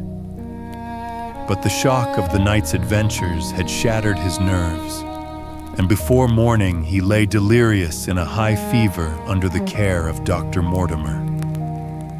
The two of them were destined to travel together round the world before Sir Henry had become once more the hale, hardy man that he had been before he became master of that ill-omened estate. And now I come rapidly to the conclusion of this singular narrative, in which I have tried to make the reader share those dark fears and vague surmises which clouded our lives so long and ended in so tragic a manner. On the morning after the death of the Hound, the fog had lifted, and we were guided by Mrs. Stapleton to the point where they had found a pathway through the bog. It helped us to realize the horror of this woman's life when we saw the eagerness and joy with which she laid us on her husband's track. We left her standing upon the thin peninsula of firm, peaty soil, which tapered out into the widespread bog. From the end of it, a small wand planted here and there showed where the path zigzagged from tuft to tuft of rushes, among those green-scummed pits and foul quagmires which barred the way to the stranger. Rank reeds and lush, slimy water plants sent an odor of decay and a heavy miasmatic vapor onto our faces, while a false step plunged us more than once thigh-deep into the dark, quivering mire, which shook for yards in soft undulations around our feet. Its tenacious grip plucked at our heels as we walked, and when we sank into it, it was as if some malignant hand was tugging us down into those obscene depths. So grim and purposeful was the clutch in which it held us. Once only, we saw a trace that someone had passed that perilous way before us. From amid a tuft of cotton grass, which bore it up out of the slime, some dark thing was projecting. Holmes sank to his waist as he stepped from the path to seize it, and had we not been there to drag him out, he could never have set his foot upon firm land again. He held an old black boot in the air. Myers, Toronto, was printed on the leather inside. "It is worth a mud bath," said he. "It is our friend Sir Henry's missing boot, thrown there by Stapleton in his flight." Exactly. He retained it in his hand after using it to set the Hound upon the track. He fled when he knew the game was up, still clutching it, and he hurled it away at this point of his flight. We know at least that he came so far in safety, but more than that we were never destined to know, though there was much which we might surmise. There was no chance of finding footsteps in the mire, for the rising mud oozed swiftly in upon them. But as we at last reached firmer ground beyond the morass, we all looked eagerly for them. But no slightest sign of them ever met our eyes. If the earth told a true story, then Stapleton never reached that island of refuge towards which he struggled through the fog upon that last night. Somewhere in the heart of the great Grimpen mire, down in the foul slime of the huge morass which had sucked him in, this cold and cruel-hearted man is forever buried. Many traces we found of him in the bog-girt island where he had hid his savage ally. A huge driving wheel and a shaft half filled with rubbish showed the position of an abandoned mine. Beside it were the crumbling remains of the cottages of the miners, driven away no doubt by the foul reek of the surrounding swamp. In one of these, a staple and chain with a quantity of gnawed bones showed where the animal had been confined. A skeleton with a tangle of brown hair adhering to it lay among the debris. "A dog," said Holmes. "By Jove, a curly-haired spaniel. Poor Mortimer will never see his pet again. Well, I do not know that this place contains any secret which we have not already fathomed. He could hide his hound, but he could not hush its voice, and hence came those cries which even in daylight were not pleasant to hear. On an emergency, he could keep the Hound in the outhouse at Merripit, but it was always a risk, and it was only on the supreme day, which he regarded as the end of all his efforts, that he dared do it. This paste in the tin is no doubt the luminous mixture with which the creature was daubed. It was suggested, of course, by the story of the family hellhound, and by the desire to frighten old Sir Charles to death. No wonder the poor devil of a convict ran and screamed, even as our friend did, and as we ourselves might have done. when he saw such a creature bounding through the darkness of the moor upon his track. It was a cunning device, for, apart from the chance of driving your victim to his death, what peasant would venture to inquire too closely into such a creature should he get sight of it, as many have done upon the moor? I said it in London, Watson, and I say it again now, that never yet have we helped to hunt down a more dangerous man than he who is lying yonder. He swept his long arm towards the huge, mottled expanse of green-splotched bog, which stretched away until it merged into the russet slopes of the moor. Chapter 15. A Retrospection. It was the end of November, and Holmes and I sat upon a raw and foggy night on either side of a blazing fire in our sitting room in Baker Street. Since the tragic upshot of our visit to Devonshire, he had been engaged in two affairs of the utmost importance, in the first of which he had exposed the atrocious conduct of Colonel Upwood in connection with the famous card scandal of the Nonpareil Club, while in the second he had defended the unfortunate Madame Montpensier from the charge of murder which hung over her in connection with the death of her stepdaughter, Mademoiselle Carrère, the young lady who, as it will be remembered, was found 6 months later alive and married in New York. My friend was in excellent spirits over the success which had attended a succession of difficult and important cases, so that I was able to induce him to discuss the details of the Baskerville mystery.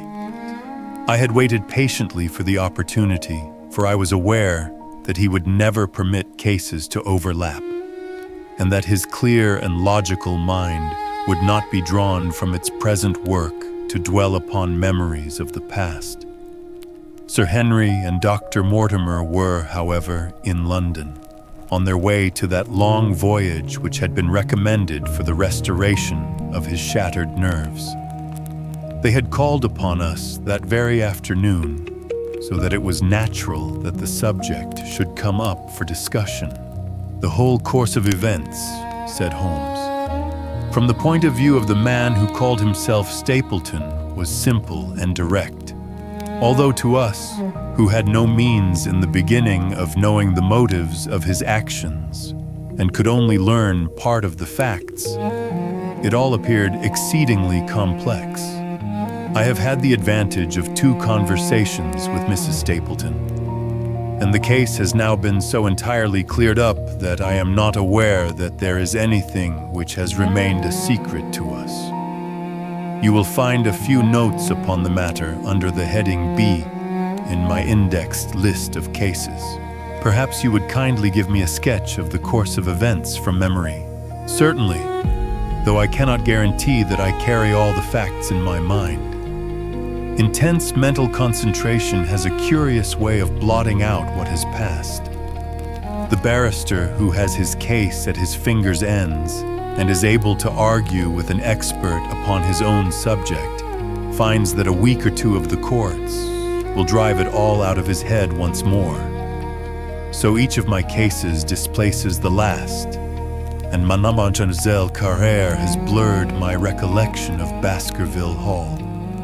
Tomorrow some other little problem may be submitted to my notice, which will in turn dispossess the fair French lady and the infamous Upwood. So far as the case of the Hound goes, however, I will give you the course of events as nearly as I can, and you will suggest anything which I may have forgotten.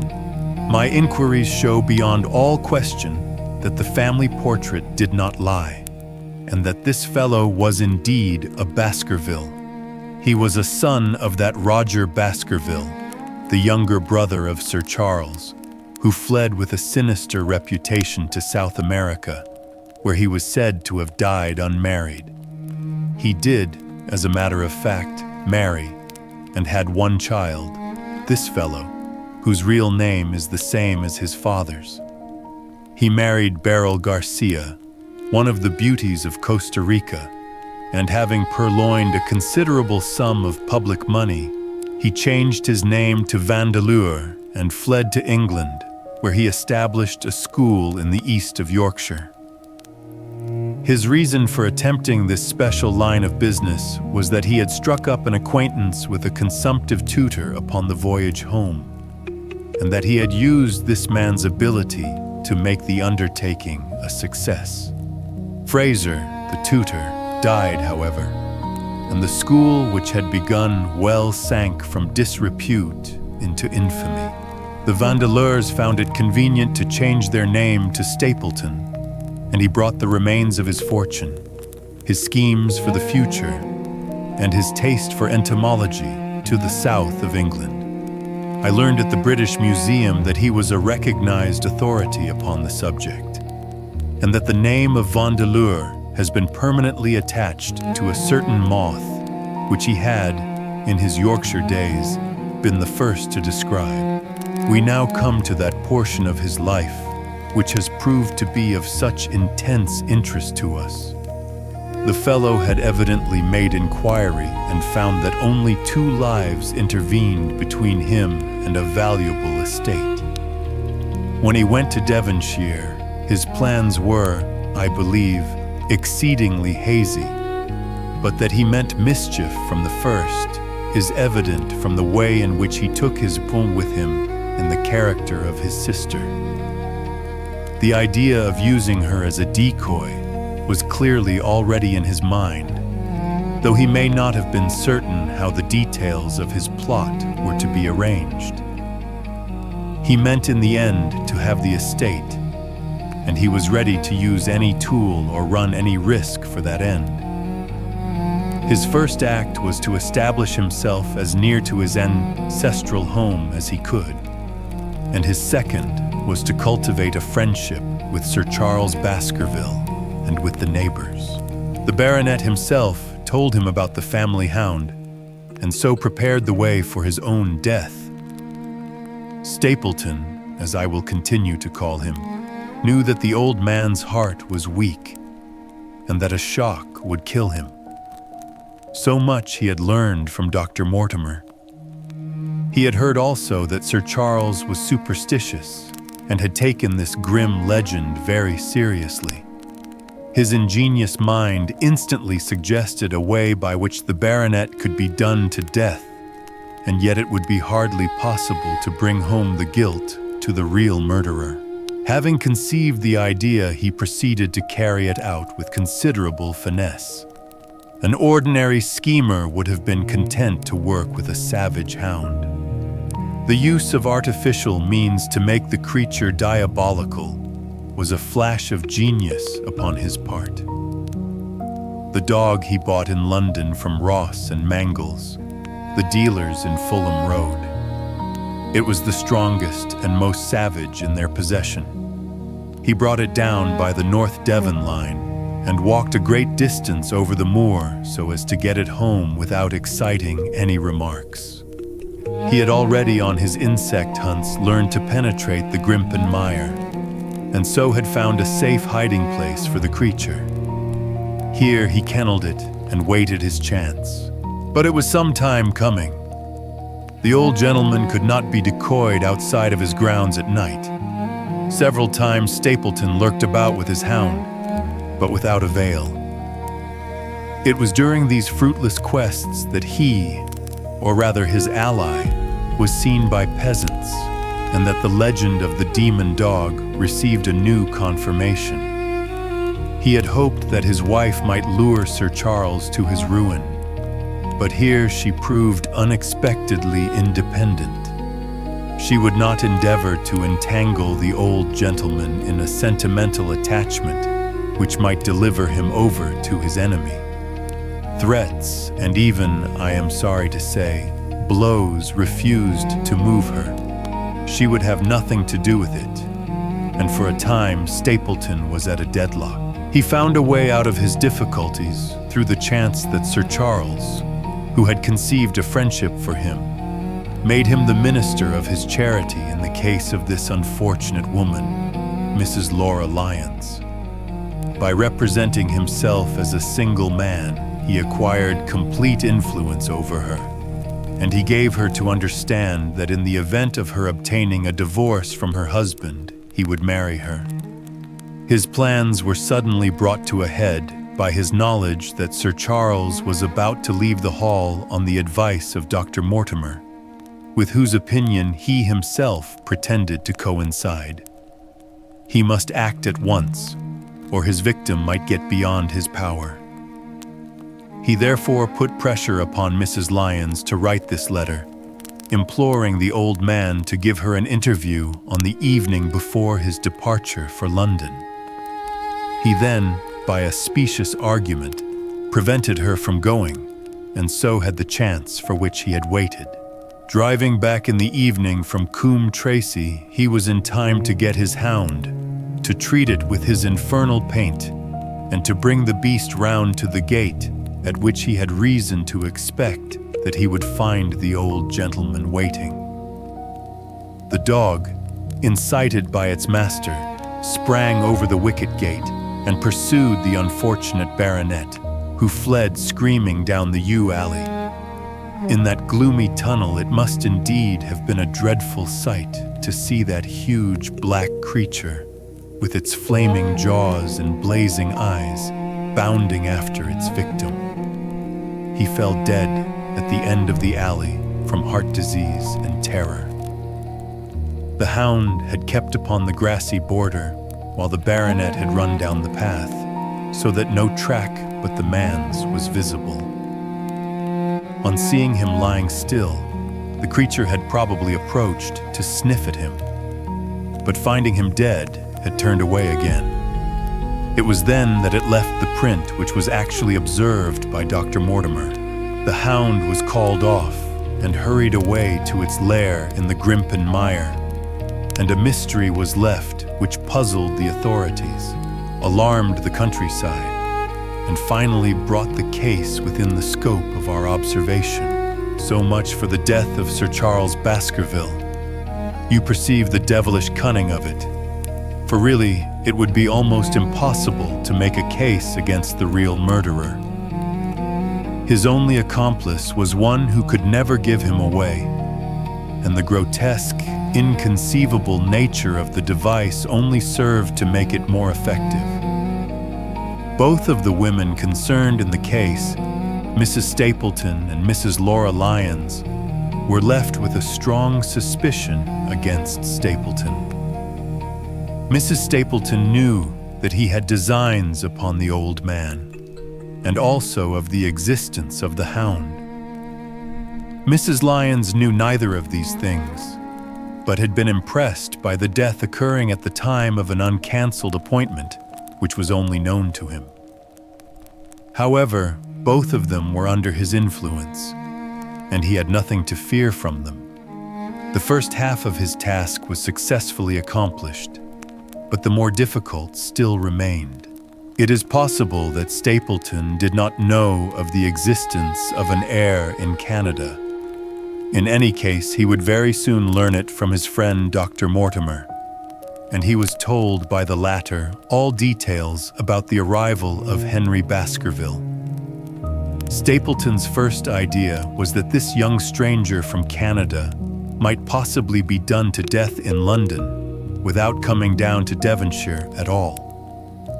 He distrusted his wife ever since she had refused to help him in laying a trap for the old man, and he dared not leave her long out of his sight for fear he should lose his influence over her. It was for this reason that he took her to London with him. They lodged, I find, at the Mexborough Private Hotel in Craven Street, which was actually one of those called upon by my agent in search of evidence. Here he kept his wife imprisoned in her room, while he, disguised in a beard, followed Dr. Mortimer to Baker Street, and afterwards to the station and to the Northumberland Hotel. His wife had some inkling of his plans, but she had such a fear of her husband, a fear founded upon brutal ill-treatment, that she dare not write to warn the man whom she knew to be in danger. If the letter should fall into Stapleton's hands, her own life would not be safe. Eventually, as we know, she adopted the expedient of cutting out the words which would form the message and addressing the letter in a disguised hand. It reached the baronet and gave him the first warning of his danger. It was very essential for Stapleton to get some article of Sir Henry's attire so that, in case he was driven to use the dog, he might always have the means of setting him upon his track. With characteristic promptness and audacity, he set about this at once, and we cannot doubt that the boots or chambermaid of the hotel was well bribed to help him in his design. By chance, however, the first boot which was procured for him was a new one, and therefore useless for his purpose. He then had it returned and obtained another, a most instructive incident, since it proved conclusively to my mind that we were dealing with a real hound, as no other supposition could explain this anxiety to obtain an old boot and this indifference to a new one. The more outré and grotesque an incident is, the more carefully it deserves to be examined. And the very point which appears to complicate a case is, when duly considered and scientifically handled, the one which is most likely to elucidate it. Then we had the visit from our friends next morning, shadowed always by Stapleton in the cab. From his knowledge of our rooms and of my appearance, as well as from his general conduct, I am inclined to think that Stapleton's career of crime has been by no means limited to this single Baskerville affair. It is suggestive that during the last 3 years, there have been 4 considerable burglaries in the West Country, for none of which was any criminal ever arrested. The last of these, at Folkestone Court in May, was remarkable for the cold-blooded pistoling of the page, who surprised the masked and solitary burglar. I cannot doubt that Stapleton recruited his waning resources in this fashion, and that for years he has been a desperate and dangerous man. We had an example of his readiness of resource that morning, when he got away from us so successfully, and also of his audacity in sending back my own name to me through the cabman. From that moment he understood that I had taken over the case in London, and that therefore there was no chance for him there. He returned to Dartmoor and awaited the arrival of the baronet. "One moment," said I. "You have, no doubt, described the sequence of events correctly, but there is one point which you have left unexplained.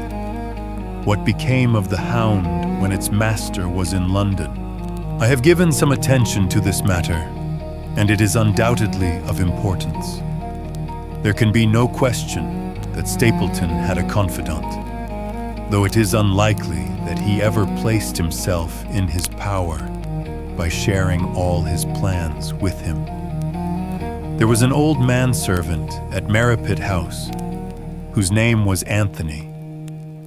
His connection with the Stapletons can be traced for several years, as far back as the schoolmastering days, so that he must have been aware that his master and mistress were really husband and wife. This man has disappeared and has escaped from the country. It is suggestive that Anthony is not a common name in England, while Antonio is so in all Spanish or Spanish-American countries. The man, like Mrs. Stapleton herself, spoke good English, but with a curious, lisping accent. I have myself seen this old man cross the Grimpen Mire by the path which Stapleton had marked out. It is very probable, therefore, that in the absence of his master, it was he who cared for the hound, though he may never have known the purpose for which the beast was used. The Stapletons then went down to Devonshire, whither they were soon followed by Sir Henry and you. One word now as to how I stood myself at that time. It may possibly recur to your memory that when I examined the paper upon which the printed words were fastened, I made a close inspection for the watermark. In doing so, I held it within a few inches of my eyes, and was conscious of a faint smell of the scent known as white jessamine. There are 75 perfumes, which it is very necessary that a criminal expert should be able to distinguish from each other, and cases have more than once within my own experience depended upon their prompt recognition. The scent suggested the presence of a lady, and already my thoughts began to turn towards the Stapletons. Thus I had made certain of the Hound, and had guessed at the criminal before ever we went to the West Country. It was my game to watch Stapleton. It was evident, however, that I could not do this if I were with you, since he would be keenly on his guard. I deceived everybody, therefore, yourself included, and I came down secretly when I was supposed to be in London. My hardships were not so great as you imagined, though such trifling details must never interfere with the investigation of a case. I stayed for the most part at Coombe Tracy, and only used the hut upon the moor when it was necessary to be near the scene of action. Cartwright had come down with me, and in his disguise as a country boy, he was of great assistance to me. I was dependent upon him for food and clean linen. When I was watching Stapleton, Cartwright was frequently watching you, so that I was able to keep my hand upon all the strings. I have already told you that your reports reached me rapidly, being forwarded instantly from Baker Street to Coombe Tracy. They were of great service to me, and especially that one incidentally truthful piece of biography of Stapleton's. I was able to establish the identity of the man and the woman, and knew at last exactly how I stood. The case had been considerably complicated through the incident of the escaped convict and the relations between him and the Barrymores. This also you cleared up in a very effective way, though I had already come to the same conclusions from my own observations. By the time that you discovered me upon the moor, I had a complete knowledge of the whole business, but I had not a case which could go to a jury. Even Stapleton's attempt upon Sir Henry that night, which ended in the death of the unfortunate convict, did not help us much in proving murder against our man. There seemed to be no alternative but to catch him red-handed, and to do so we had to use Sir Henry, alone and apparently unprotected, as a bait. We did so, and at the cost of a severe shock to our client, we succeeded in completing our case and driving Stapleton to his destruction. That Sir Henry should have been exposed to this is, I must confess, a reproach to my management of the case. But we had no means of foreseeing the terrible and paralyzing spectacle which the beast presented, nor could we predict the fog which enabled him to burst upon us at such short notice. We succeeded in our object at a cost which both the specialist and Dr. Mortimer assure me will be a temporary one. A long journey may enable our friend to recover not only from his shattered nerves, but also from his wounded feelings. His love for the lady was deep and sincere, and to him the saddest part of all this black business was that he should have been deceived by her. It only remains to indicate the part which she had played throughout. There can be no doubt that Stapleton exercised an influence over her, which may have been love or may have been fear, or very possibly both, since they are by no means incompatible emotions. It was at least absolutely effective. At his command, she consented to pass as his sister, though he found the limits of his power over her when he endeavored to make her the direct accessory to murder.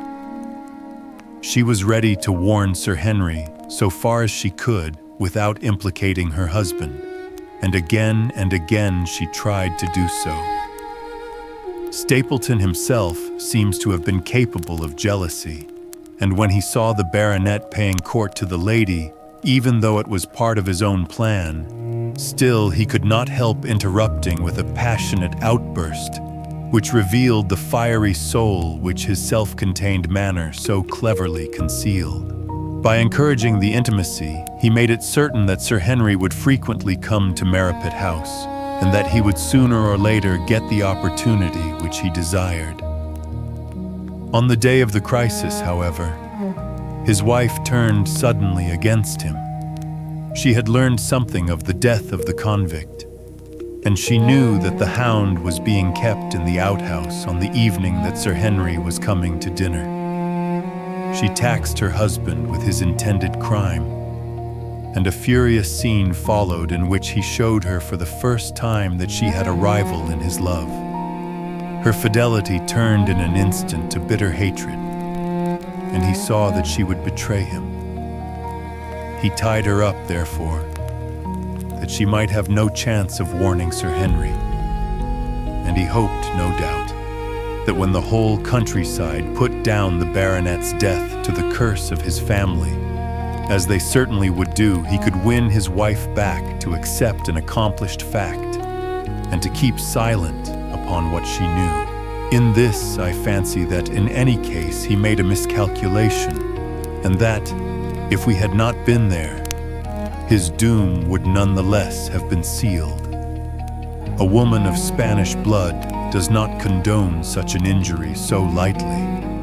And now, my dear Watson, without referring to my notes, I cannot give you a more detailed account of this curious case. I do not know that anything essential has been left unexplained. He could not hope to frighten Sir Henry to death, as he had done the old uncle with his bogey hound. The beast was savage and half-starved. If its appearance did not frighten its victim to death, at least it would paralyze the resistance which might be offered. No doubt. There only remains one difficulty. If Stapleton came into the succession, how could he explain the fact that he, the heir, had been living unannounced under another name so close to the property? How could he claim it without causing suspicion and inquiry? It is a formidable difficulty, and I fear that you ask too much when you expect me to solve it. The past and the present are within the field of my inquiry, but what a man may do in the future is a hard question to answer.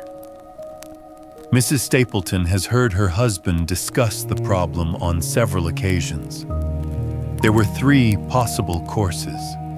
He might claim the property from South America, establish his identity before the British authorities there, and so obtain the fortune without ever coming to England at all.